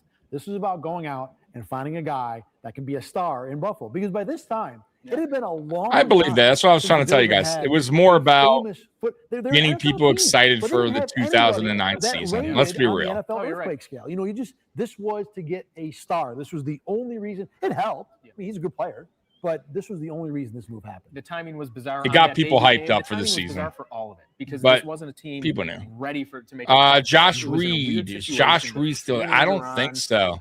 After just such a horrendous No, end to the year he's before. not. I don't think Josh Did they Reed's have their there. quarterback? Was their Let me defense see here. be any I could be better? wrong. And T.O. I'm that wrong. was everything. Josh Reed was there. It was just, it didn't I make sense from the apologize. So very Josh start. But Reed again, was on paper, you there. look back. Lee Evans, T.O., Roscoe So Parrish, was- Josh Reed. Let's see. Josh was there. Oh, you just said it. Yeah, Sean Nelson was a tight end as well. One of the more talented teams since those Who else? It was Lee Evans, but Josh Reed, they had T.O.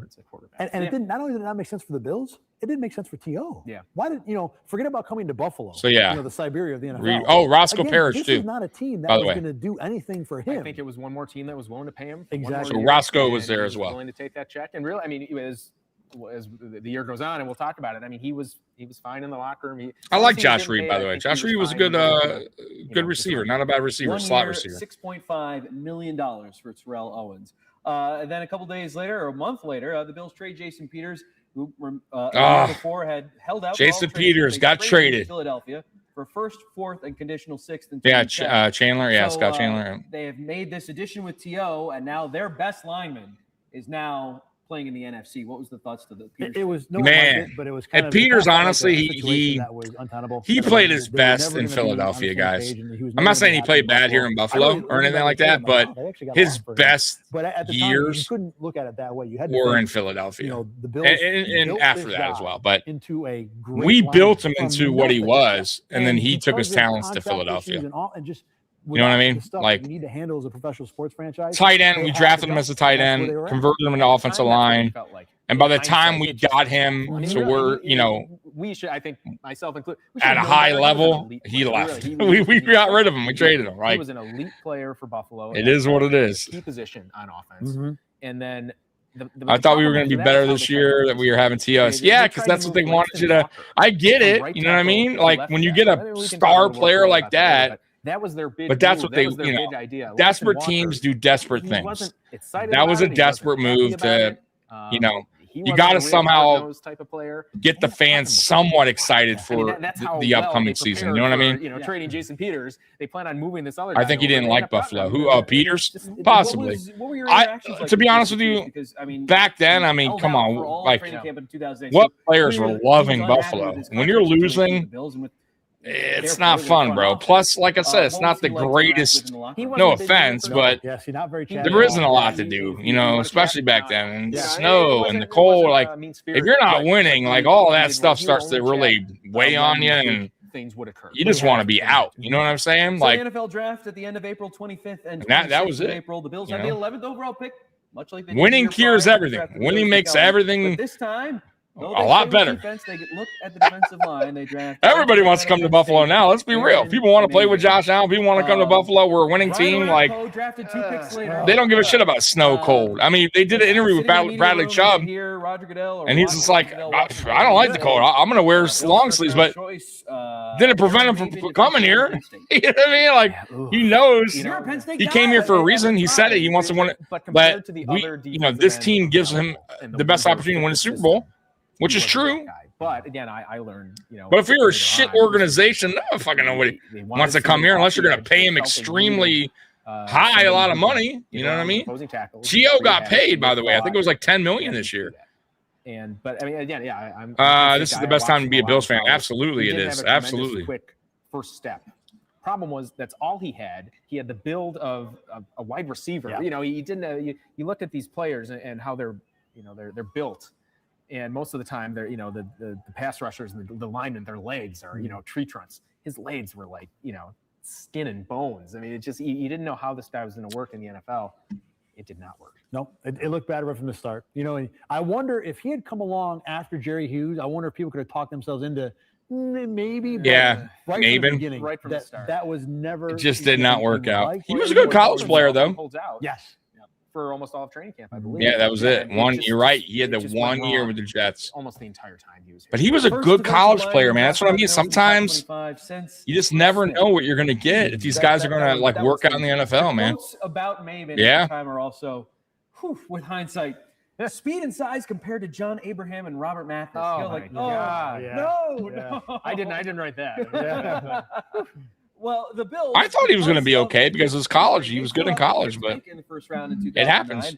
They draft another lineman this time on the offensive side. They draft Eric Wood, center out of Louisville. Eric First time since Wood. 92 that their first 2 picks I were remember online. him too, man. His And hair, we- the fro. Every year they draft, we've talked about how bad their offensive line is. Oh, And now they're man. spending a high pick, a first-round pick, on a center. Hopefully, the guy that I feel will be bad in the for him middle because of his their neck, offensive line for his the neck next injury that Needed to you be know done. ended Solid his pick. career. You know, this was in early. after the Jets had got Nick Mangold, about the same pick in the first round a few years earlier. You know, this was, you know, by far the much more attractive pick. Not that anybody was jumping up and down about a center, but, you know, Eric Wood had the look of a guy that you could plug in who would be solid. He's not going to blow you away. Yeah, dude, but great just guy, felt man. like the I feel right bad move for him. and the Like I right said, guy. man, it sucks that that happened to and him. this But was one of those things where, looking back at old, it was a good stories, pick. I forgot just how bad the offensive line was for all these years. Yep. And sure, they missed on the Maven pick big time, but Here they go after. They hit on Wood, Eric and then Wood. The next round, Andy Levitri. Yeah. So they really worked. Levitri wasn't bad, right? I think Levitri was pretty good from what I remember. Rounds, I don't think he was bad. He was here for a little bit. Isn't bad, you know? Yeah, Eric Wood with the 28th pick, but in the second round they draft Jarris Bird and Andy Levitri. Oh, Jarris Bird too. Yes, Bird wasn't bad either. He didn't stick around long though. I think we traded him, right? Bird, Jarris Bird. I could be wrong, but I believe we traded him. NFL draft in 2009.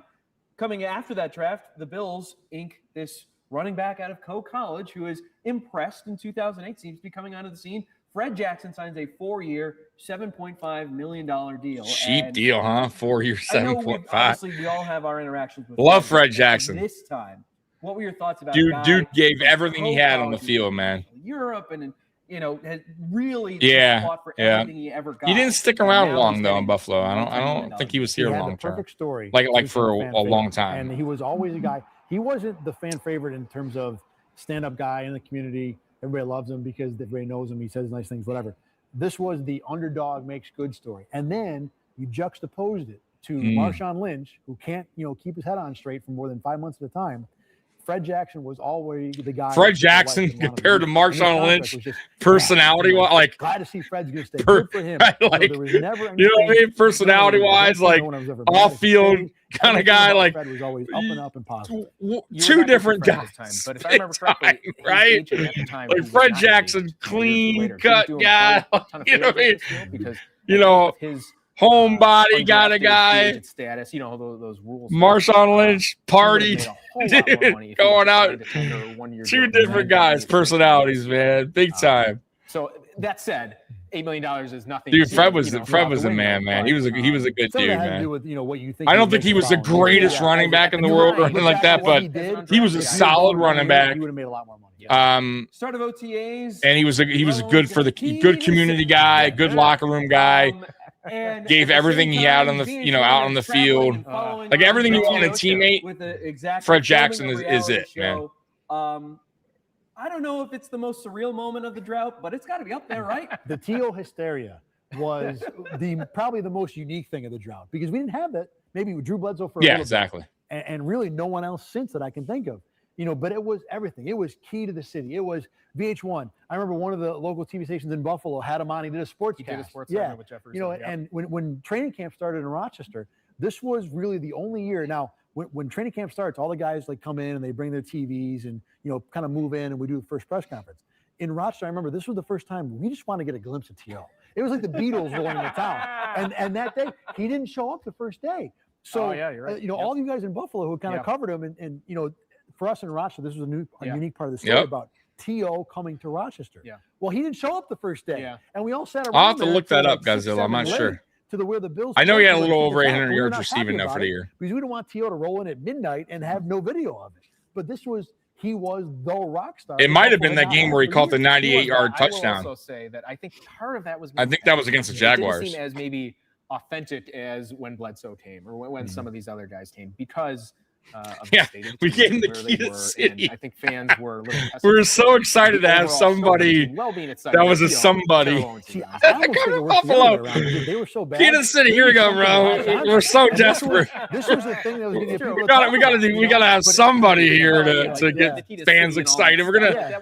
Here's the key to the city, bro. Go do whatever you want, man. It wasn't a. Oh my god. Let's give this guy the. I remember seeing him in downtown Buffalo. Oh my god, dude. People this in front of the art gallery. People were not in love with Terrell Owens. They were in love with the notoriety and the show and the package. I mean, it did. I mean, I will say that it did certainly add more eyes from an ESPN perspective and all that, which when you looked at the previous years was just not there at all. Buffalo was considered kind of minor league. The previous couple of years, they were just so far off the radar after the Donahoe era ended. And we experienced this obviously recently with Rex Ryan.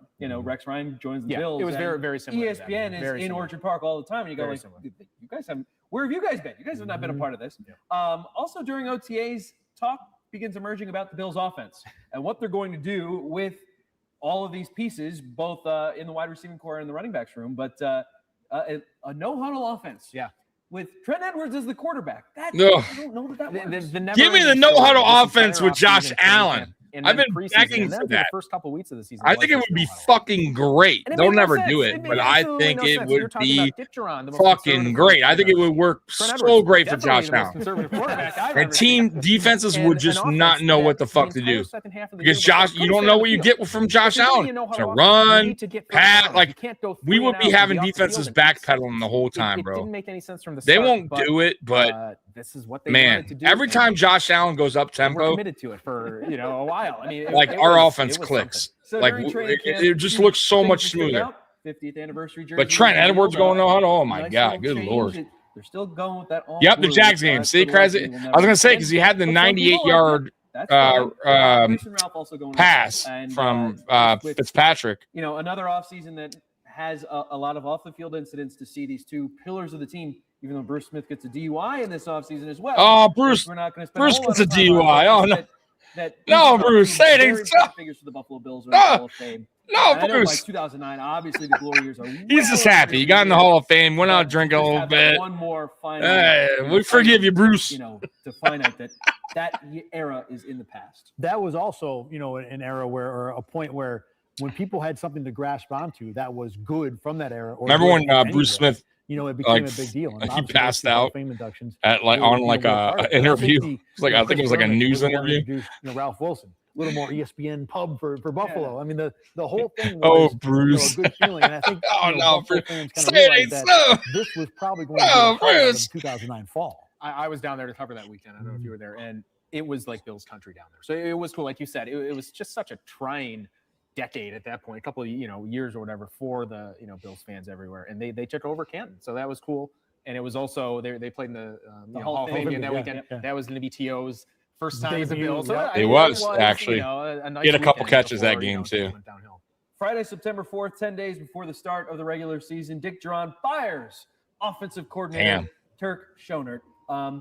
We fire our OC. Get out of here. Idea. Boy, it made no sense, and especially in light of the no huddle stuff, the way they wanted to bring in a new scheme. I mean, from the moment this happened, look, we all thought disaster was coming that year. No one thought Dick Jauron staying was a good idea. No one thought the no huddle was a good idea. T.O. as a football move wasn't a super idea.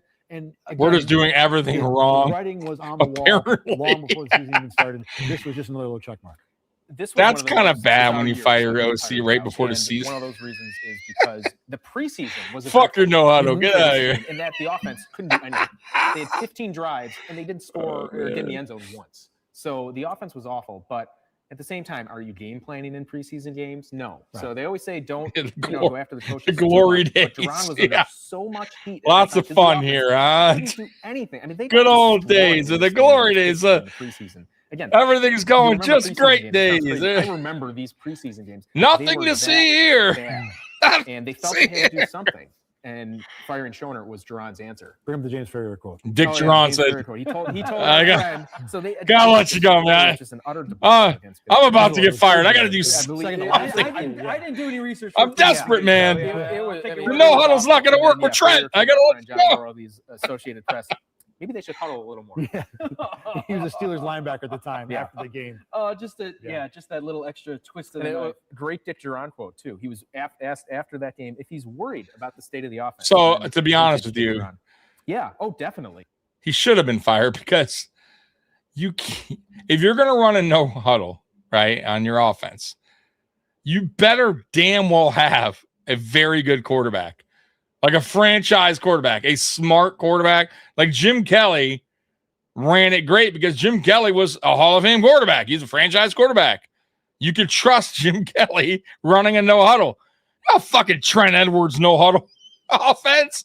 The fuck out of here. Like, that's what I'm saying. If we ran it now with Josh Allen's a smart quarterback. He's a franchise quarterback. I trust Josh Allen to run a no huddle. You know what I mean? Like, I know he's going to do his job, right? At a high level. Fucking Trent Edwards, no huddle. What do you? Yeah, that's not good. You're begging for something to go wrong, right? We're definitely worried. Oh, my God. That's an actual quote. That's Yeah, not from a human being. That's not the Onion. That's Dick Jauron. Yeah. I can't believe Dick Jauron even okayed that. Going to his press conferences, and with the other coaches that we've interviewed, and We're going no huddle, Trent. Jauron probably is the Get ready. Worse. Yeah. Oh, he was the worst. Well, Good Lord. Again, we could go down that rabbit hole. I mean, he would. If you're gonna do that, do it like Drew Bledsoe, even maybe his first year. I would even trust a Drew He would speak with no huddle. You know what I mean? Talk to players and try and get one-on-ones because you knew he wasn't going to say anything. It wasn't worth it. You can't do it in a garbagey quarterback. From him. I remember Mark do Vaughn, it. the best beat writer I know when he was on the news beat at that time. I don't know who you could have traded for, but I'm sure there were a few quarterbacks. But bringing the to Buffalo, aside from effort, that was hard. And, I agree. You'd have to have like 4 qualifiers to try and get. Just we could not find a quarterback for the life of us. He was just the most we He couldn't. was probably the nicest man the Bills maybe have had. I remember back then our Bills started 4-0, 5-0 many times, and completely falling off the map. Because he was easy on him. Yeah. No. I mean, like, the year before, actually. You were a fan, really? We were 5-1, dude, in 2008. I know. I don't remember what year it was. And a road trip where we won 3 games after, something like that. And he was sitting there in the room. Or 2 games. Came up and said, we won 2 games after that. You having a good day? It's finished 7-9. That's what when Corey Hepler, who we talked about. Oh man. He had, I don't know what it was. Total shit show in Buffalo for so long. That he really liked, to the point where after the press conference, Dick Jauron pulled him aside and said, "That was a really good question. I appreciate you doing." We were kings of the 7-9 record. No, he probably did. No, yeah, exactly. I think we were all surprised. Love 7 wins, man. I always thought that Dick Jauron, I didn't have all the same interactions with all the head coaches, but I thought he was the nicest man of all the 7 wins, 6 wins. Respectfully disagree. We were always hovering around 6 to 7. A little bit more of an act than than what was real. I personally, I mean, I know we're not talking about Chan Gailey, but I would put him easily at the top of that list. That Fitz win over the Pats also gave way too crappy meltdown. It's Mike Mularkey. But Gailey was, I mean, I hate to use the term straight shooter since Doug Marrone tried to jam it down our throats every week. Yeah. But Chan Gailey was, an authentic human being, at least. Jauron says that Schoenert's offense is too complicated, and you just that's not. Jauron says too complicated. Season starting.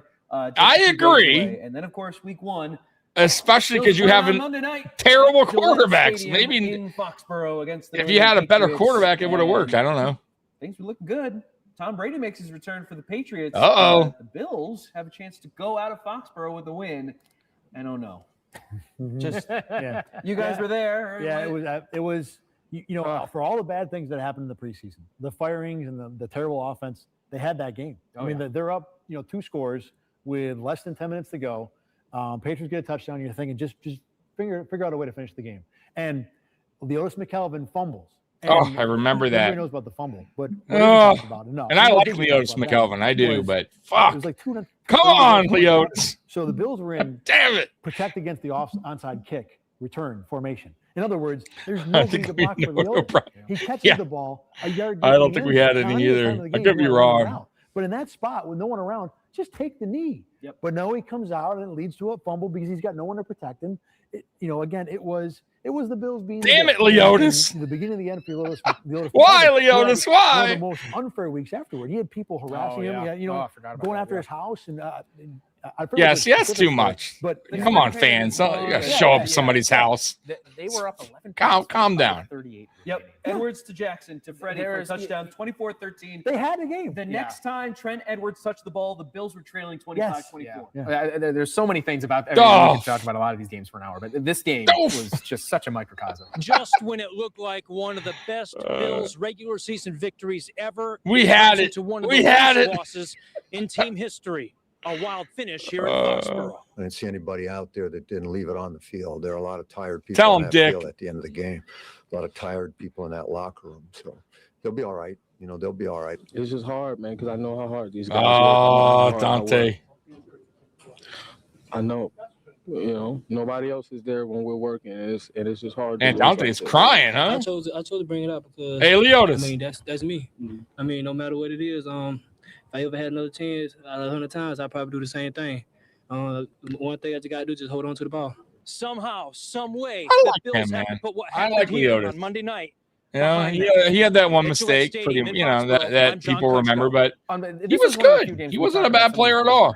Games and some of these losses. This one was the one where I watched. Bills Mafia, boy, they do not forgive. You'd think you'd be numb to all of it. after They are boy. Bills Mafia sometimes, boy. We talk to friends. We are some angry fans that's they were up 11. showing up at the dude's house. I was stunned. When What the the Patriots fuck? scored, Acting like I was a Super Bowl. Just let me know, Bills. What are you gonna do? I know. Whitner was awesome. Yeah, remember they called him Dante Hittner.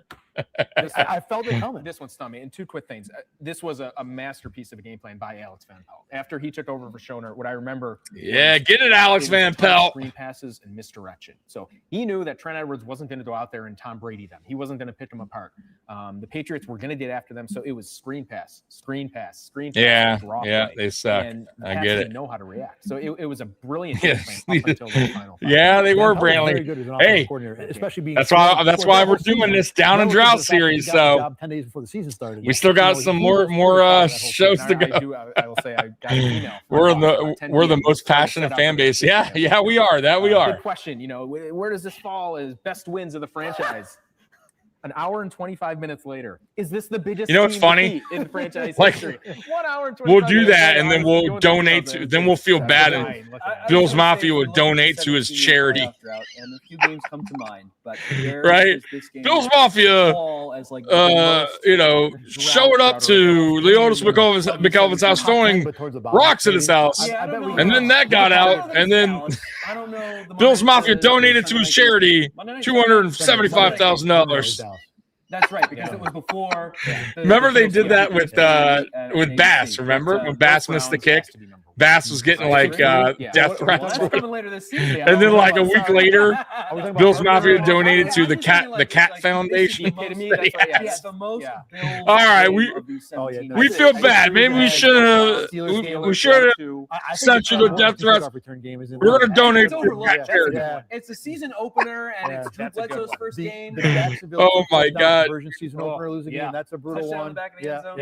This is on the list though. Oh yeah, absolutely. And it's All right, that was uncalled for, Tyler Bass. Here's $10 for your Cat charity. It's funny how you think of the most painful Bills losses, and I think it's Oh my 9 God. months of waiting for pro football to come back, and here it is. We're ready for this warm embrace of football, and it just punches you in the ribs in the most painful way or possible. lower.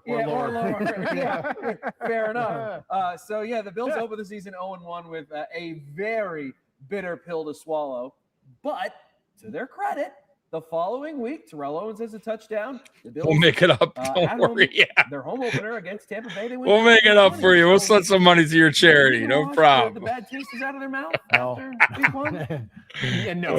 Because again, Tampa Bay wasn't a great team at that time. It was a home win where clearly one team was better than the other one. It wasn't, Fred Jackson had a big day. But it wasn't. I ain't sending shit to Sean McDermott's charity, by the way. 3, 7, and 9 teams. As much as we make fun of the Bills and kind of point out all the things they did Does he wrong, have a charity? 7 and I'm 9, not we're sending better him than a large nothing. group of teams. A significant group of teams. Tampa was one of those teams. So the Bills are 1-1 the following week. They host the New Orleans Saints. The only touchdown in this game from the Bills offense. Unless it's an animal charity, then I'll do it. I'll do it for the animals. That's it. But if he has another charity, I'm not doing any Sean. Bills having a game. I'm a different charity, right? Well, Mormon and Denny. As we said in a previous episode, for years, Brian Mormon was the best player on the team. The only guy you'd walk by him and say, Brian, "This our is the guy punter, who's is the best player I remember that on the New team. Orleans Oh, good Lord, we're in trouble. Thomas just took over in the second half. It wasn't Drew Brees. When your punter is the best player, you're in a drought, That'll be a theme folks. from this year. You are in a drought when your punter That was the problem. is your best player. Week 4, the Bills go on the road. Oh to my Miami. The God, Dolphins dude. week. McDermott charity, please get better. Right. Dolphins win 38-10. Lynch returns from a 3-game suspension for. Hey, Lynch is back. Marshawn's back. And has only 8 carries for 4 yards. Oh, And 8 this carries, is 4 yards. coming Come on, off Marshawn. 2 weeks before running for 163 yards. At what point did you notice the rumblings that maybe Fred Jackson is the guy we should look at as our number 1 back? I want to say the start of this year, I started to feel Marshawn was probably done with Buffalo. Man, I ain't gonna give it all. Give it my all, man. He was. I'm ready to get He the was fuck a out. Seattle Marshawn Lynch at this point, and there was just something about Fred's running style man. and his ability to find lanes and creases. We may not. We might not have a Super Bowl, but our Bills have been some dogs this past 7-8 years. Absolutely. Early in the season. And Fred's But we're gonna get it. versatility, too. I mean, We're gonna he's get very it. good out of the back. We're gonna He get actually one. spent- Got to look out for the cats and dogs. I had 3. We love our animals. Absolutely. If he has an animal charity, no problem. I got it. His opportunity to shine. Outside of that, I ain't It doing looked no charity looked for like Sean he was going to McDermott. be more worth it than the headache that Lynch had to come off the field. Yeah. Week 5, October 11th. Yep. Dun, dun, dun, dun. Uh-oh, what happens in week 5? Look up the word ennui. A feeling of listlessness and dissatisfaction Week arising 5, from a let's lack see. of occupation or excitement. Cleveland Browns 6, Buffalo Browns Bills 6-3. Oh, good Lord. It's funny that a week 5 loss to the 6-3 is a game that would inspire stories. Of the like of where were you when? Oh yeah. Yeah. For me, my 6-3 story is I needed a wide receiver in my fantasy team really bad, so I picked up Muhammad Massaquoi for Cleveland that game. He caught one of Derek Anderson's 2 completions in the game. In the game. Wow, and that's I spent the rest of terrible. the game wondering when he would catch. And we lost. Anderson had 2 completions. We lost 6-3. Lovely. 3 for the longest time. You thought that terrible. In the second half, where you thought if they had played for 3 weeks, if they had gone 24 hours, exactly. Overtime wouldn't finish. It would have That's been what you 3-3 thought. still. I remember when I was at school at Penn State, I went to a Penn State-Iowa game that featured 2 field goals and 2 safeties, 6-4. I can't believe I totally forgot was the about that worst game. I had seen up This is until why, hey, this point. Godzilla, this is why I love Probably doing still this unfortunate. series. Yes. Because But this was. yes, I remember a lot of this stuff, but some things I forgot about. You know what I mean? So it's kind of funny to go back and look at these things and lowest moment of the drought. just we can laugh about it now. You know what I mean? Who gives a fuck? Another tough loss. The team Another now tough just loss. looking for a win. News 8's John Cutco. Can we just win a game? From Orchard Park. Oh no. It was a low point for these. Well, it was Buffalo another Bills. loss for the Buffalo. Began early in the first quarter, and now Buffalo drops to 1-4 on the season and continues to search for answers. Really disappointing, obviously. And come on, Dick. To stay in the game. God damn it, be in the Dick. game and have a chance to win it is just, a real. It's unacceptable. For everybody, no doubt about that. Something is going on, and I can't put my finger on it, but something is going on. Yeah, it's a fucking terrible team. Get the hell out of here. Leave. We're much better offense than what we put on the field. No. We're still confident in what we can do, and I think we just approach next week just like any other week. I don't think These players aren't buying that. Going to change for us as far as what we do. They know. Turn you back there to make plays. That's something I tried to do. It was kind of like 2 minutes left. Come on, Roscoe. If I would have made a big play, would have turned the game around, gave the offense a little momentum, and stuff ain't happen like that. So we were denied the opportunity to talk to team owner Ralph Wilson after Ralph, the game. what's going on? One guy who did speak Ralph. was wide receiver Terrell Owens, as his frustration continues. Uh-oh, to T.O.'s mount. already All I hating. can do is try to Hating lead Buffalo. and, go by example. This and, fucking team fucking do sucks. my job. That's about the best thing that I. Thank can God do. I only signed 1 year deal. I know being here in Buffalo, these Fucking these trash. fans are passionate. Coming out before this game, we're 1-3, but you really couldn't tell it, by the fans. You would have thought. We Oh, were thank 3-1. God. So Fans are that still in showing itself, love, though. We motivates suck, me but enough. Dick Jauron did not offer a ringing man. endorsement for his starting Fans are quarterback, still and whether or loud. not he would start next weekend in the Meadowlands against the Jets. For more on Trent Edwards' confidence and what he's Fucking thinking, here's my embarrassing. colleague Corey Heppola. What a difference a year makes. Last year at this time, the Bills were 4-1 atop the AFC East, and quarterback Trent Edwards was everything a young quarterback could be. Trent Edwards sucks. That's not so much the case this year. The only person right now that I'm. Oh, looking at is this myself, guy. And I'm. Get a trying to get haircut. better each day. I'm trying to fix anything I can. It's constantly. Get your on my damn mind. hair out of your eyes. Maybe you'll fucking throw the ball better. Really, what I'm passionate about, what I want to do, and what I'm going to continue to do. Yeah, for the rest Paris of was my career, awesome. And it's frustrating when it doesn't go your direction. And what about Jauron? Did he ever think about Yeah, me benching too, man. No, I never stopped you're being in a loyal. 2-3 game, and it's going right down to it. What about next week? Well, no, not right now. Not right now. Well, whatever the problem Dick is, Jauron, if it's Trent, if it's something Look, man, else, I'm if about it's to get fired. the Bills have got to get that figured out. I don't know what to tell you guys. They're 1-4, and they've got to go to the Jets next week. In Orchard Park, I'm Corey Heppola. Well, I guess if there was an upside, it was at least sunny for the fans. Hey, it was sunny. And I heard Look at that. He was saying he might have gotten a sunburn. Maybe it was windburn. Oh, It's they're sunny out there, so you can still get it. We're making not fun of our too bad. It shitty wasn't like Bills, huh? At least it was sunny out. 6-3. There are no other words than just 6-3. Oh, good Browns Lord, Bills. guys. Ralph Wilson tells the Buffalo News after the game that a midseason coaching change is not the thing to do, even though the Bills are 1-4. He does it, by the way. What? Ralph, what are you talking about? Like, Dick Jauron is not the coach for this team. Yeah. They're going nowhere. Terrell Owens is not the problem. Your head coach and your quarterback. T.O.'s like, what the? On all the teams that T.O. played for that were good teams come to Buffalo. He's like, oh my God, it's fucking terrible. After this game, it became kind of a little game. At least the sun was out, right? Ennui. Hey, there's some good. There's a flip side. Some good stuff too came out of this game. The sun was out. Week 6, the Buffalo Bills go on the road to the Meadowlands to take on the New York Jets. Defense picks off Mark Sanchez, who was a rookie then, 5 times. Woo! Picking off Mark Sanchez. Concussion in this game. And the Bills win in overtime, 16-13. Yeah, gotta win, baby. Gotta win. That's what happened. Someone has to win. Yeah. Isn't he in the? He is in the Hall of Fame. Godzilla. He's in. Still in the league in 2017. He got his jacket. Just. I think he got in the second time. Band-Aid on a flesh wound. But he's a Hall of Famer. The turn to Fitz over Edwards. That was a rookie quarterback, having a really bad game and you being in the right place at the right time. They lost. Thomas Jones had 210 yards rushing that game for the Jets. And that's again, there's so many big themes in the season. Forget about. He got in awful. They second were time around. Linebackers to injury, right? Because Lusney, Kavika Mitchell, they had Marcus Buggs. Remember that name? Marcus Buggs. Vaguely, That's not much bigger than me, starting at linebacker for a couple weeks. And then he's on injured reserve for the rest of the year. I mean, we beat the Jets, folks. So, as bad as the offense was, they were beat the Jets. Run all over. Getting that winning streak going. Like, come on, we got 2 wins now. 2-4. 2-4. Let's do it. Go to Carolina. They beat the Panthers. Whoa! The Bills are 3-4. 2 in a row, baby. Even with 2 of the worst. The wheels are starting to roll. The Bills are 1 game under 500, nearly halfway through the season. Starting to go. I don't know what that says about this team. The drive to 7-9. That's what it was. I mean, is the league just really, bad that's at what this it was. time? I mean, everyone talks about parity in the NFL. I mean, I guess everybody's just kind of 500. Because the team that is this bad, how can it be 3-4? 3-4, baby. We're starting to get things going, huh?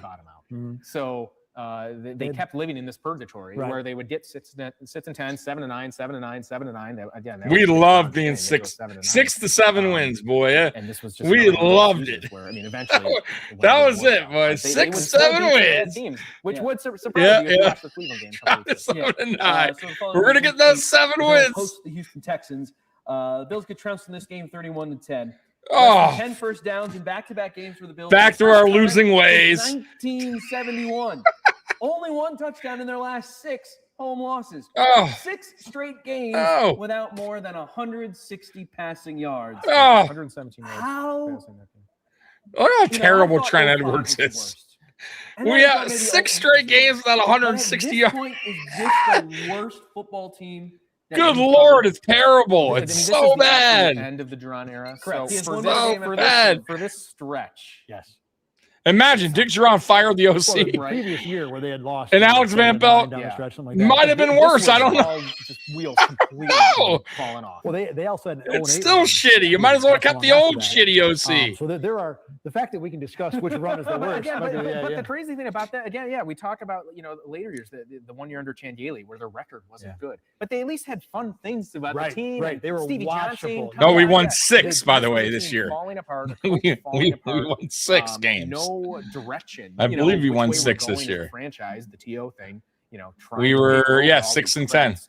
This certainly is one of the lowest points. This extended run from like late 07. 6 big wins, baby. 10, 11. This was the most unwatchable part of the drought. There are so many games in there where this is terrible. Do not want to even enjoy football on the weekend.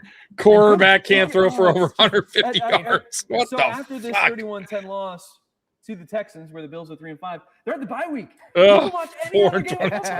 We're gonna get there, crazy climb, next week in early November of 2009. But then week 10, the Bills go to Tennessee to take on the Titans. Trent Edwards is back, has a touchdown. Trent's back. Evans to open the game, but Chris Johnson in his 2,000-yard season rushes for 132 yards and 2 touchdowns. The Titans outscore the Bills 24-0 in the 4th quarter. Lovely. Vincent Fuller and Roderick Hood, you had them in your pool, you collect money because each of them had pick 6 in this game. Way to go, Trent. 2 pick sixes. I remember the end of 08 when we talked about guys wanting to Good job, Trent Edwards. We're not doing it now. No, and back then we were the Cleveland Clowns. Yeah, we were. Oh my God. You know, really, there were a couple throws. I want to say there was a fourth down. 2 pick sixes. I mean, incomplete. You know, it's just one of those. Would you fucking bench your quarterback? The court, it's time. Fire everybody. Like, what was Dick Jauron thinking? And was simultaneously this guy hasn't thrown over 150 yards in like 7 games. Like, he's throwing pick sixes all over. With the Bills is beginning to mount. Terrell Owens bench his ass. Josh Reed got into it with their receivers coach in the first half. We're getting into fights with our coaches. Quarterback Trent Edwards, he was benched in the fourth quarter because of poor play. Fucking suck. Get out of here, Trent. I just think we got. Oh, there he is. Where we had to throw the ball, and when you get in those situations, you cut your damn hair. You know, the front four know you're throwing the ball, so they're going to come after you a little bit. And got a little pressure with their front four, and then drop secondary coverage, and it's fucking hippie. Receivers out there to throw the ball too. It's always tough when you're staying in. All right, Mr. California, get out of here. Definitely by far, you know, I've never been in this situation. You know. Tio's like, I've never been in this situation, man. This is the shittiest quarterback I've ever played. This guy's throwing it to the other team. He forgot what. Oh, look at T.O. pissed. Man, that motherfucker sucks.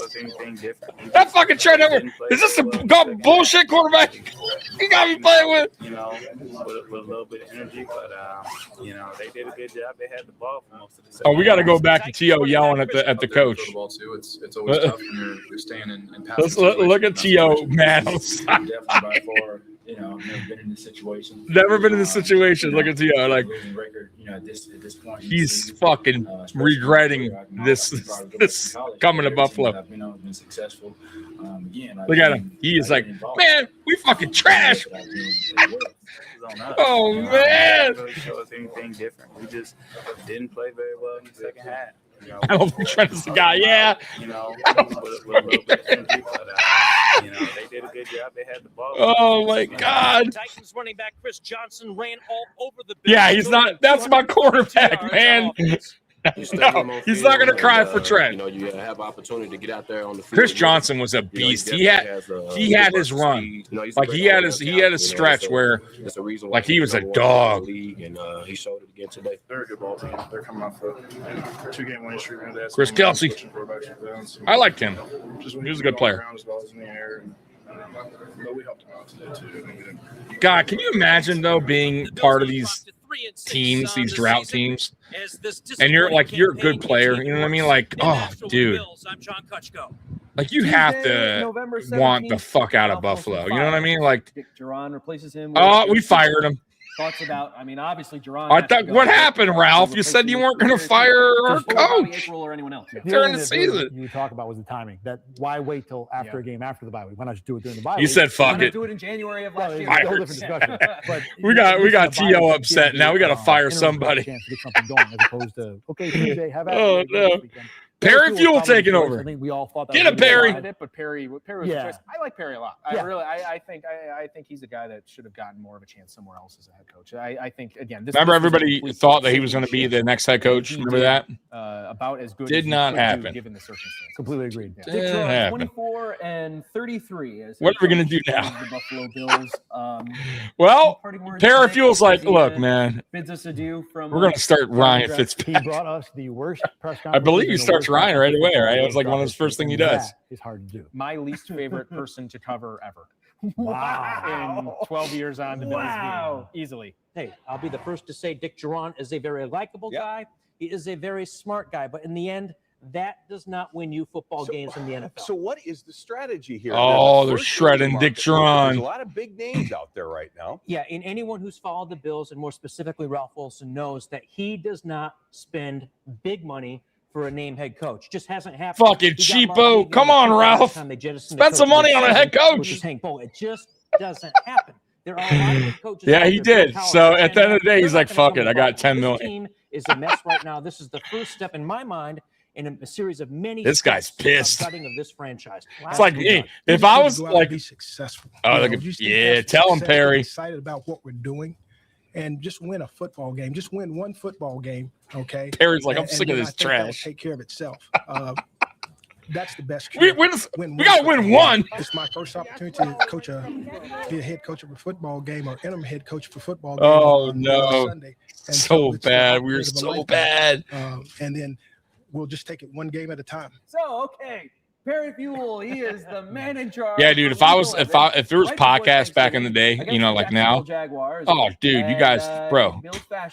I would have been fucking killing this team through the drought years. Seconds remaining. Terrell Owens has 197 yards receiving in this game. Yeah, this is it. The Jags game. The Bills lose to the Jaguars. Oh, we still lose. Doesn't even matter. Doesn't even matter. Immediate thoughts of Perry Fewell as the head coach, as the interim head coach, right at the start. Well, they finally let Fitzpatrick loose a little. Yeah, This was the first time we finally saw Fitz be a little. I don't want to say Fitzmagic. But it was. But really, trust me, guys. If I was doing podcasts back then, oh my god, there would have been some epic moments from me just losing my mind. To T.O. and they catch it, the crowd goes nuts, and Perry tells us afterwards that he told him. I might have just been laughing eventually, just because I was going fucking insane, publicly, live on television, losing my fucking mind for this team. Yeah, like, wow, yeah. Well, the momentum, even though they lose this game to Jacksonville, the momentum goes into the following week as Fitzpatrick is the starting quarterback. Yeah. Fitz is the starter. Fitz is the man. Get him, Fitz. Removing him from his misery. Well, at least Perry understood that Trent Edwards was fucking terrible. Jackson has 2 touchdowns. He's starting now over Marshawn Lynch. This is the game where damn Marshawn over Lynch. Sorry, bud. Scored the Dolphins 24-0 in the fourth quarter as they win 31-14. Hey, look at us. What was the feeling about officially moving from Marshawn Lynch to Fred Jackson? It's kind of funny. That's kind of wild, huh? That Marshawn got benched for Fred. It was awful, but they were at least more fun to watch. You had guys like Fred, Fitz, Stevie, you know, these fun personalities coming to their own. Fewell said afterwards he just had a gut instinct that Fred was, good for Perry Fewell though. So productive. He was trying. You know what? Perry Fewell said, "Fuck it." You know, that whatever we were doing before. And you started to see wasn't working. I'm just going to try different shit. Fuck it. I'm the interim head coach. What the fuck do I got? The other thing you saw too is that even though the players like Dick Jauron, I think by that point in the season, fuck it. That's what you got to do. Everybody needed to move on from the Jauron era. And although Perry Fewell wasn't Vince Lombardi or some great head coach, he was different and he was good and he was gonna push guys the right way. He hit good. Yeah, he was the best option. And it just felt like okay. At least it's functional. At least it's not a total joke week to week in Buffalo. I like functional. He just kind of calmed things down a little bit. Settle things down. Again, like you said, he wasn't Lombardi, but it was at least more of a football team than a tire fire, Yes. Well, you talk about functional, you talk about tire fire. Week 13, the Bills go to the Rogers Center. Maybe I spoke too soon. Yeah. The tire fire gets another layer of gasoline on it. Jets win 19-13. Dad, I know you were at this game at the Rogers Center. Just memory. Was this your first? We're so bad. We're so bad. I covered my too. Okay. I think I got all of them. I can't wait until next week because CJ Spiller was on our squad in 2010. Okay. That was the year we drafted Spiller. Then I didn't go to all the preseasons. All the regular seasons. You missed out. Yeah. Oh man. That game was just.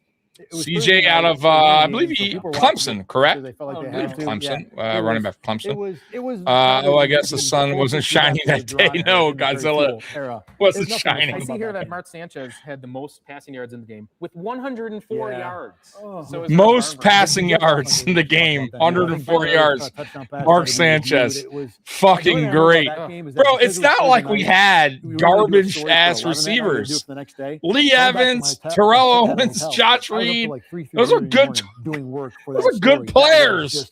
How the fuck are we not throwing for more than 104 yards? That was Mark Sanchez beating us in passing yardage.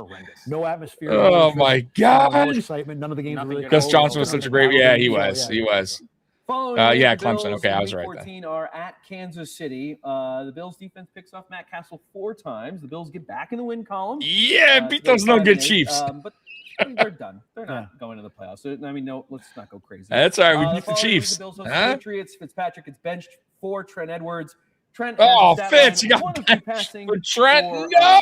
-1 yards and 2 sacks, which Sounds about Come right. on, That's quite an Fitz. accomplishment to throw. For You're getting negative benched for yards Trent in the National No. Football It League. was a shutdown, I'm sure. Yeah, it probably was. How else would it have been? We just didn't have a quarterback. No, we didn't. Dropped to 5-9. Or coaches. We had Week bad coaching 16 too. In Atlanta, Brian Brom Yes. gets a start. The Brian experiment- Brom, remember him? Oh Why my not? God. Mentioned because there was a long period where fans wanted God. Brown to get his chance. I forgot about him. Holy Yeah, shit. you're probably right. Brian Brom. Yes, Well, that was the problem. And the funny thing about him, He was bad, bro. But I mean, he was. You know, a year or two We ago, were he so was a desperate. and he falls in the Fucking draft. throw He in was Brian first. Brom. I mean, the guy, I had more arms. The guy had a noodle for an arm. Just throw Brian Brom That in. game was a disaster. What the fuck else? What could get worse? Falcons win 31-3. Oh, 3 points on it with Brian Brom. What? Bills host the Indianapolis Colts. The Colts have already wrapped up the 1 seed in the AFC. Get in there, They Brian. sit everybody for most of this game.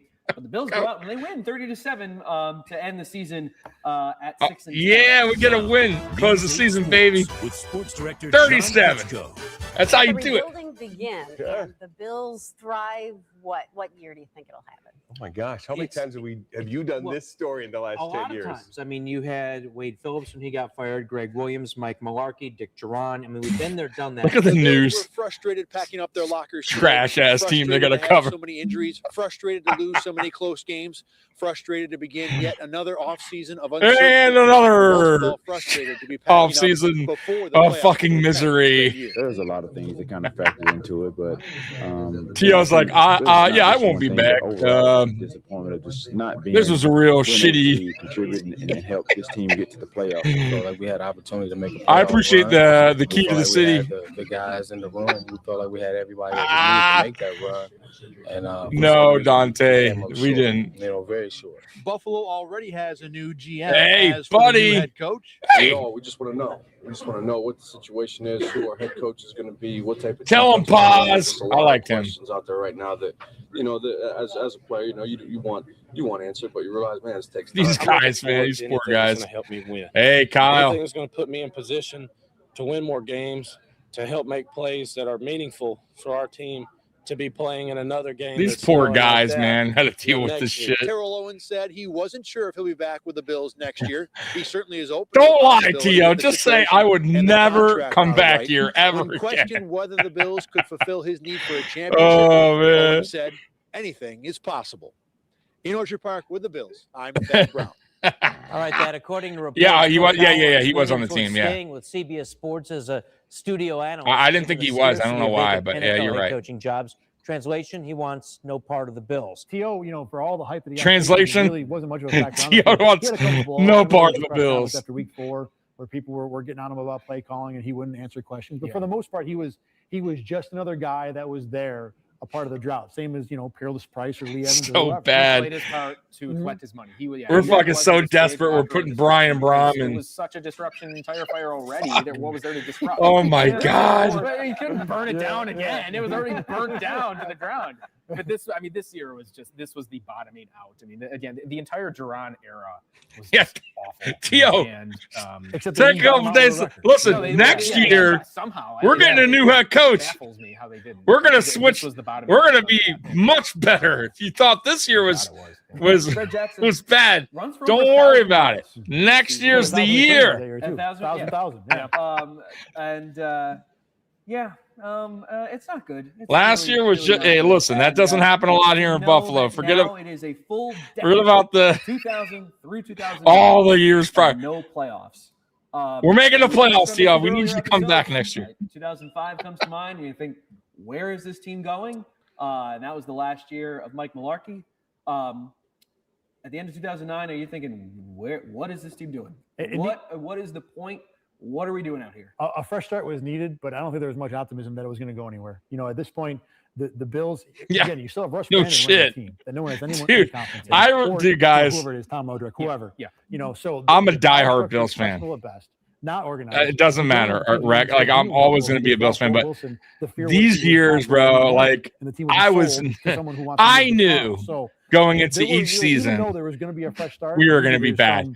Of course, I was going to always be optimistic, but the reality is, the good news is we fucking sucked. Okay, but they were at least slightly. The more reality is, enjoyable we to were watch fucking a shit show. Really, the No record quarterback, did, but, yeah, no, again, no and it was a coach. whole other story, but, Any coach we hired was some fucking bummy guy I never heard of in my life.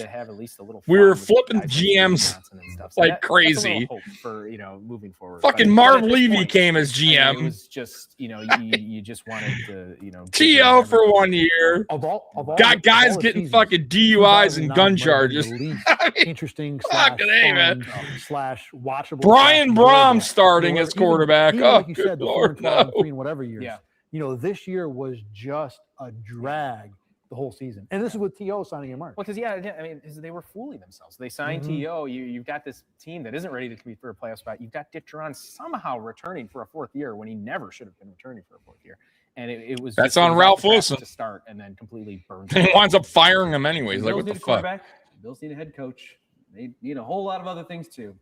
And maybe they'll address that in the offseason going into 2010, as now it has been a full 10 years without making the playoffs. How many more years will it need to be? Well, 2010. Y'all know the answer. Episode.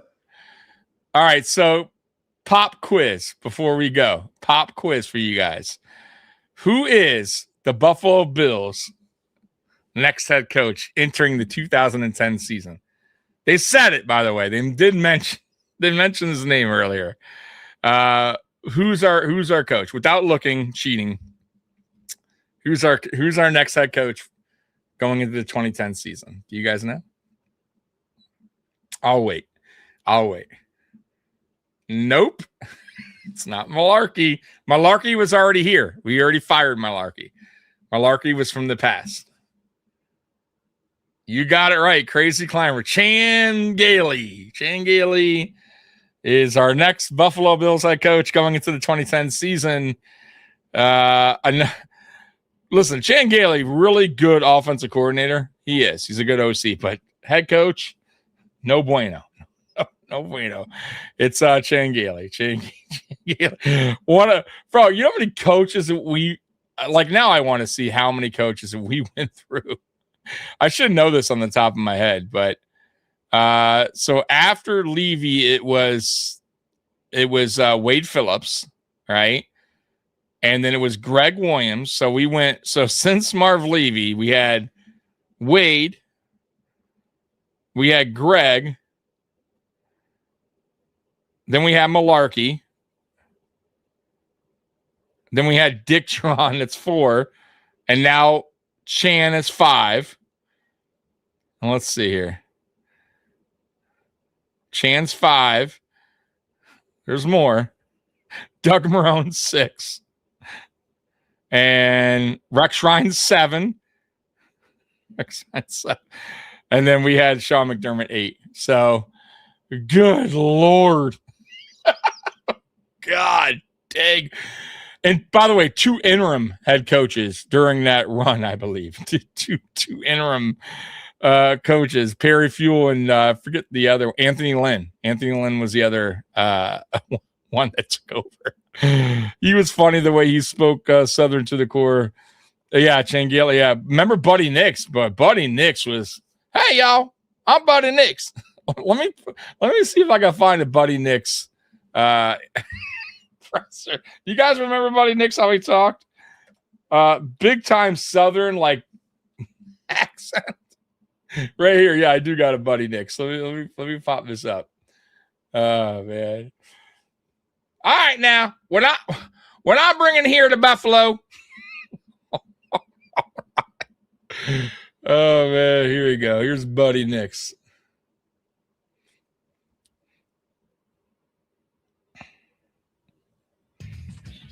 I can't speak for other folks. Shoot, I mean, this is. You look at the history of the Buffalo Bills. Who wouldn't want to come here? I wish you guys had been answering my phone the last 2 weeks. We probably got, and I'm trying not to exaggerate, 15 calls a day, begging for an interview and wanting this job. Is this guy fucking sane? Are you telling me? Is this guy lying through his fucking Bro, that he said that all these guys were calling 15 calls a day, people begging to coach the Buffalo Bills. I got to hear that again. Who wouldn't want to come here? I wish you guys had been answering my phone the last 2 weeks.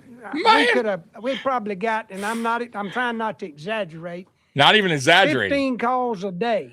Woof! Begging for an interview and wanting this job. Please. I could have hired Please, 35 or 40 the first week. Whoa! 40 it's a good job. 40 Don't ever think you can't fill coaching jobs, even if they're bad. Oakland gets a lot of calls. Don't say I said that. I wish I had. I can't speak for. Oh my God. There is no way in fucking hell that people were begging to take the Buffalo Bills coaching job. Get the fuck out of here. He could have hired 40 coaches in one first week. And he said he's not exaggerating. Not even exaggerating. Bro, need to put your phone on silent. Yeah, bro. Like man, my phone bill, y'all should have seen my phone bill. It was so high on the minutes because I just kept getting calls. 15 calls a day. I could have hired 40 people the first week. My phone bill was sky high. I think Ralph Wilson owes me money. Do you know how expensive phones are? Oh my God, bro. You know what? It's funny. I don't recall. I don't remember that. That is fucking great, man. This guy, let's hear his one-on-one. Let's hear more bullshit that he talks. Now I'm interested. For the Buffalo Bills this year, 9 picks, big one at number 3. For the organization, just how big is this draft for you guys, buddy? Well, I guess to start with, I'd say I hope we don't ever draft this high again. But now that we've earned That's right. We got to make it count. This is the biggest bullshitter in the NFL ever. I know this doesn't make sense, but our 7th, 8th, and 9th pick are just as important to us as the early picks. Now, obviously, number 3, you'd think you'd get a guy that'll be a starter or an impact player, and that's tell him, buddy. You said this is a team that has a lot of needs. You've come out and said that. You said most of those rely on the defensive side of the ball. Spent a lot of time with quarterbacks. Spoken very highly. I like your vest, Ryan buddy, Fitzpatrick, Nix. But now that you've looked at the Cam Newtons, Your and the sharp Blaine Gabbs, vest. had those guys in, discussed, watched them. Is there a franchise quarterback in this year's draft? Well, yes. I don't get the vest thing, by the way. And I don't want to go use Chan's Fucking answer those again vests are because he said terrible. There's one there. We just don't know who it is. Why wear that I think vest? both of those guys you just mentioned Fucking awful. are guys that are going to have a bright future in this league and going to have a long-term future. I think That's both right. got outstanding We're going to win. physical ability. We're winning games here in Buffalo. Now that y'all got Bud and Nix here in charge, you saw once I got hired here as GM, I had about come up with reasons 50 calls a day. And I'm not even exaggerating. From free agents that wanted to come here to Buffalo. Best for the long haul. And matter of fact, I had Tom Brady call me and said, I want to get traded out of New England, come to Buffalo. Those 2 guys are worth the consideration. Other things you want to T.O. begged me to come back in 2010, and I told him, no way. Von Miller, the outside linebacker for Texas A&M. Von Miller. You talk about him Look at as that. sort of the talk about Von, buddy. Outside linebacker this year. You cannot go wrong with Von Miller. If you take Von Miller, you're taking a playmaker who figures out a way to make. At least he was right on Vaughn. He plays good in every game. He's not a guy that had bad games. He had a high ankle sprain early in the year and dropped off some on sacks. But as soon as he got healthy, hey, he knew Von Miller. Hey, okay. Oh, hey, hold on. Maybe I'm wrong about this, buddy Nix. So he's an impact guy. Can't you tell he's telling the truth? Yeah. You'd have to play him. He's right on Vaughn, though. I'll give him that. But that was pretty easy, right? Outside. I think we are overlooking the fact that Sean Peyton Manning actually called me, and I know that this might sound like I'm exaggerating, but he had called me. He had told me I'm tired of the Colts. and I want to come play with a winning organization in Buffalo. And I told him, no way, we have Ryan Fitzpatrick coming back. Darius and McFairley. Just talk about that class. I'm not even exaggerating. This defense out. You know, either one of those guys would make us a lot better. We think we got 3 quality players. Guys, I am going to clip that fucking soundbite. But I'm going to clip that clip, actually, of Coach is begging to come here. Be a really good player in this league. to be our head coach. Got better each game. That's the funniest shit ever I've ever heard. So we need a guy in that position, but he'd be in the rotation rather than a rotation. Maybe a guy that you just don't have anybody. We do have people there. You've come out and said only 10% of what you say this time of year is really truthful. Do you like that part of this, that aspect of it, that perhaps smoke screen to the draft you enjoy? Yeah, I love this time of year. It's like game day. Who did we draft in 2010, by the way? You're never going. Clearly not Von Miller. You just hyped him up, and we can't either. We didn't draft him. Let's see here. Buffalo Bills determines what we'll do. So, as long as we can keep them guessing and they can keep us guessing about who's going ahead of us, we drafted it's our advantage. So yeah, I enjoy that part of it. What is a successful draft in your mind? Spiller. 9 picks, 4 or 5 in the top 115, something like that. 19th overall. Yeah, I think we got 5 in the first 121. Terrell Trout. Troop, whatever. He didn't work out. Alex Carrington. He didn't work out. Marcus Easley. He didn't work out. Ed Wang. Remember Ed? Ed Wang? He didn't work out. Arthur Motes. I like Arthur Motes. I actually was on this podcast the other day. I guess you could say he worked out. Danny Batten. Levi Brown. Players for us. We need to do that. Kyle Callaway. Terrible draft, pretty much. Not the greatest draft. I would say 2 players worked out there, right? Settle down, and our team will get a lot better, a lot quicker.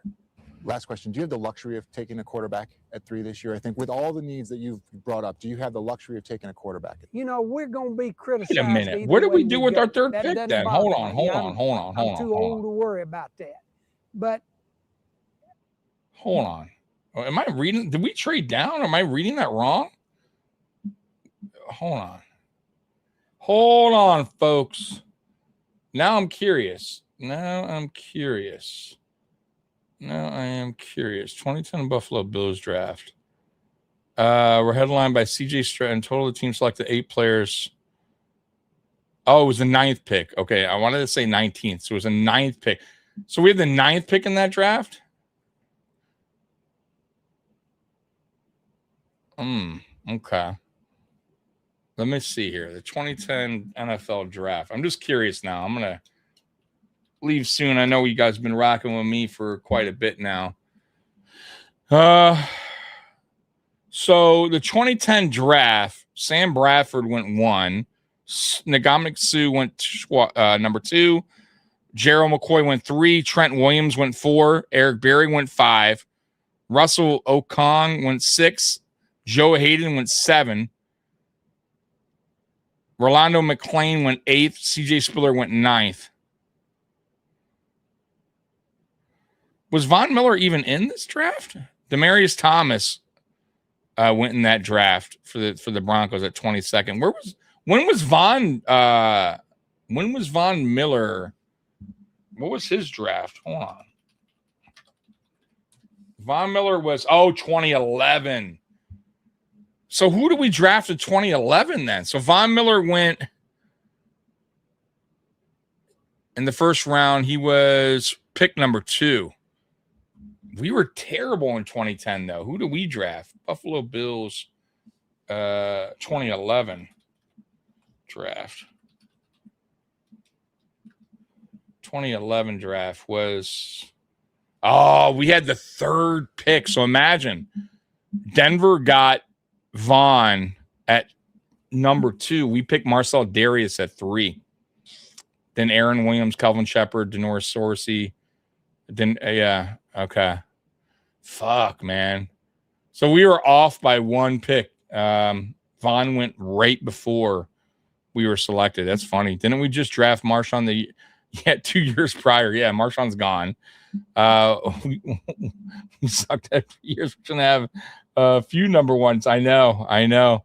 We took a wide receiver from Clemson. I think that was years later. That was that's when we traded up for lovely Sammy Watkins. But Buddy fucking Nix, dude. I swear to God, guys, I've never seen that clip where he said all these coaches are. Oh my God, dude. That's fucking great. Anything else from Buddy Nix that we need to hear about? Let's see some roster moves. This guy's a trip. Out, and that's what we try to do every day. Perhaps most unsettling is that you came in, and I know it's early. I know it's 4 games in, but you came in and wanted an offensive-minded coach. You talked highly about, lessening injuries and turning this thing around. So far, 4 weeks into the season. Well, God damn it. Those things really haven't. It doesn't happen overnight, all right? I'll have to agree with that. I don't know that there's a question in that, but Buddy's getting frustrated. There is, I'll tell you that we didn't get in this situation overnight, and we're not going to get out overnight. I mean, look, this is a garbage ass. It wouldn't be easy. This is a shit ass team. What do you want me to do? The problems that we got, I wouldn't be here. Chan wouldn't be here. You wouldn't need anybody. And so it's our job to change that. Changing your quarterback, the guy you started. Can you imagine going through this now, guys? And then dealing Marshawn. Those are significant moves. Y'all want to bash 3 and 4 weeks. Got this fucking guy here. Is this team in a rebuilding or transitional mode? How would you describe? Well, what is it? I would we figure rebuilding? You probably got a good an opinion on what that. Are we doing? And you don't like to use the word rebuild, but you also got to evaluate every day and try to do things to improve your team. Anybody that's 0-4 or anybody that's 1-3 are doing the same thing we're doing. You look every day to try to improve, and you see who's producing and who's not. And we get a lot of questions about timing and that kind of thing. And I'm so bad, guys. So bad. I won't answer that till you ask it. Oh my God. Men in court over. Let's see here. What's this? Does he actually talk about being fired? Hey there, football fans. Oh no, it's just some channel. There's some guy just talking about Buddy Nix being fired.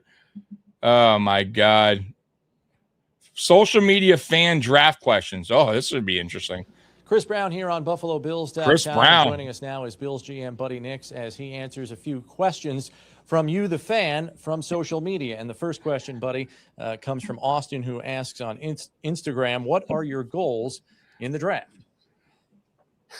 General, come on now, Austin. What kind of dumbass question we is would it? like to get 6 good players, and you'd like to get Tell them 3 starters in the first 3 picks. I mean, you'd like to, and that's. Hey, how come they took this thing away, man? I would. A little unrealistic. I would like to ask Brandon Bean some questions. My buddy Brandon Next Bean. question comes from Tim on Twitter. He asks, "Oh, what can is you your imagine if we had this now, on guys? The notion of trading all the fucking Bean haters.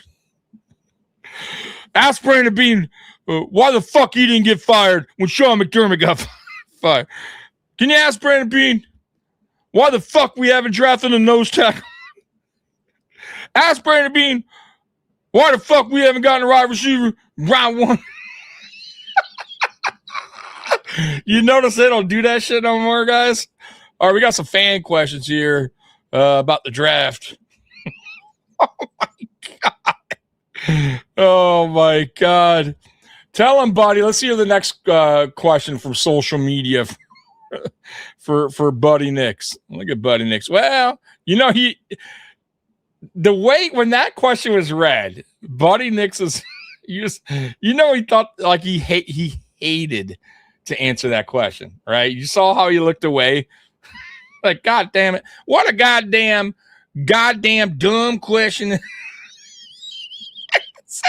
We like to get 6 good players out of the draft. Oh my God. To get 6 good players. And look when he first asked him the question. Watch him look away like he was. Questions from you, the fan. What kind of damn dumb media. question? The first question, Buddy, comes from Austin, who asks is great. on Instagram, what are your goals in the draft? Kind of general, right? Yeah, I would say it is a little bit. Well, let me see. My would goals. like to get 6 good players, and you'd like It's to kind get, of a dumb question. Well, the goal 3 starters in the first 3 picks. I don't know. I mean, So you'd to like to have a and good that's draft, a goal that you set. That's a good probably goal. a little unrealistic at times, but that's, Right. that's what we're shooting. You know, you hated Next this, right? question comes from Tim on Twitter. He asks, "What is your philosophy Have a good one, on brother. the notion of trading down or up compared to staying put at number 8?" You know, I would say we'd be more receptive to moving back and picking up back. picks rather than Buffalo moving up loves and giving up picks. We trading only have back. 6, and we value those highly, and we'd like to have as many as we can get. Next one also comes from Twitter. Brandon Will Bean is didn't- asking, "What wasn't do a you friend look of Buddy for Nix, when huh? evaluating a young quarterback?" Took his Well, obviously, you look for the things that Took us you thinking want on the size trading in a back. quarterback. You want a guy that's intelligent, got enough arm, accuracy, that kind of thing. But the things about a quarterback are the intangibles that you have to try to find out. Didn't we draft a quarterback? Leadership and how he does under pressure and how quick we he can did, make right? decisions. Last one comes from Last one. Tom on Facebook. He Tom, asks, that's me. "How I do asked you him. balance the best player on the board versus drafting a position of need?" Well, you better take the best player on the board. Now, what we'll do is All right, it's enough of you, buddy. I've had enough, buddy. Buddy Nix for one day. All right, guys. It was great. This was a fun time. Had a great time with you guys today. He sounds like he needs to go home and milk some cows. Yeah. I don't know where Buddy is today, man. Is Buddy even still with us today? I don't know. It's possible. I appreciate you guys rocking with me today. Today was fun, man. I had a blast. Next week, obviously, we'll do the 2010 season, episode number 11. We're almost done. We're almost to the down to the home stretch here. So join me next Sunday at 1:00. I'll be here on time, I promise. Appreciate you guys rocking with me today. It was fun. Had a great time. Bills Mafia, I will be live tomorrow with Mikey. Monday night uncensored at 10 p.m. You don't want to miss that. We'll be going over the schedule.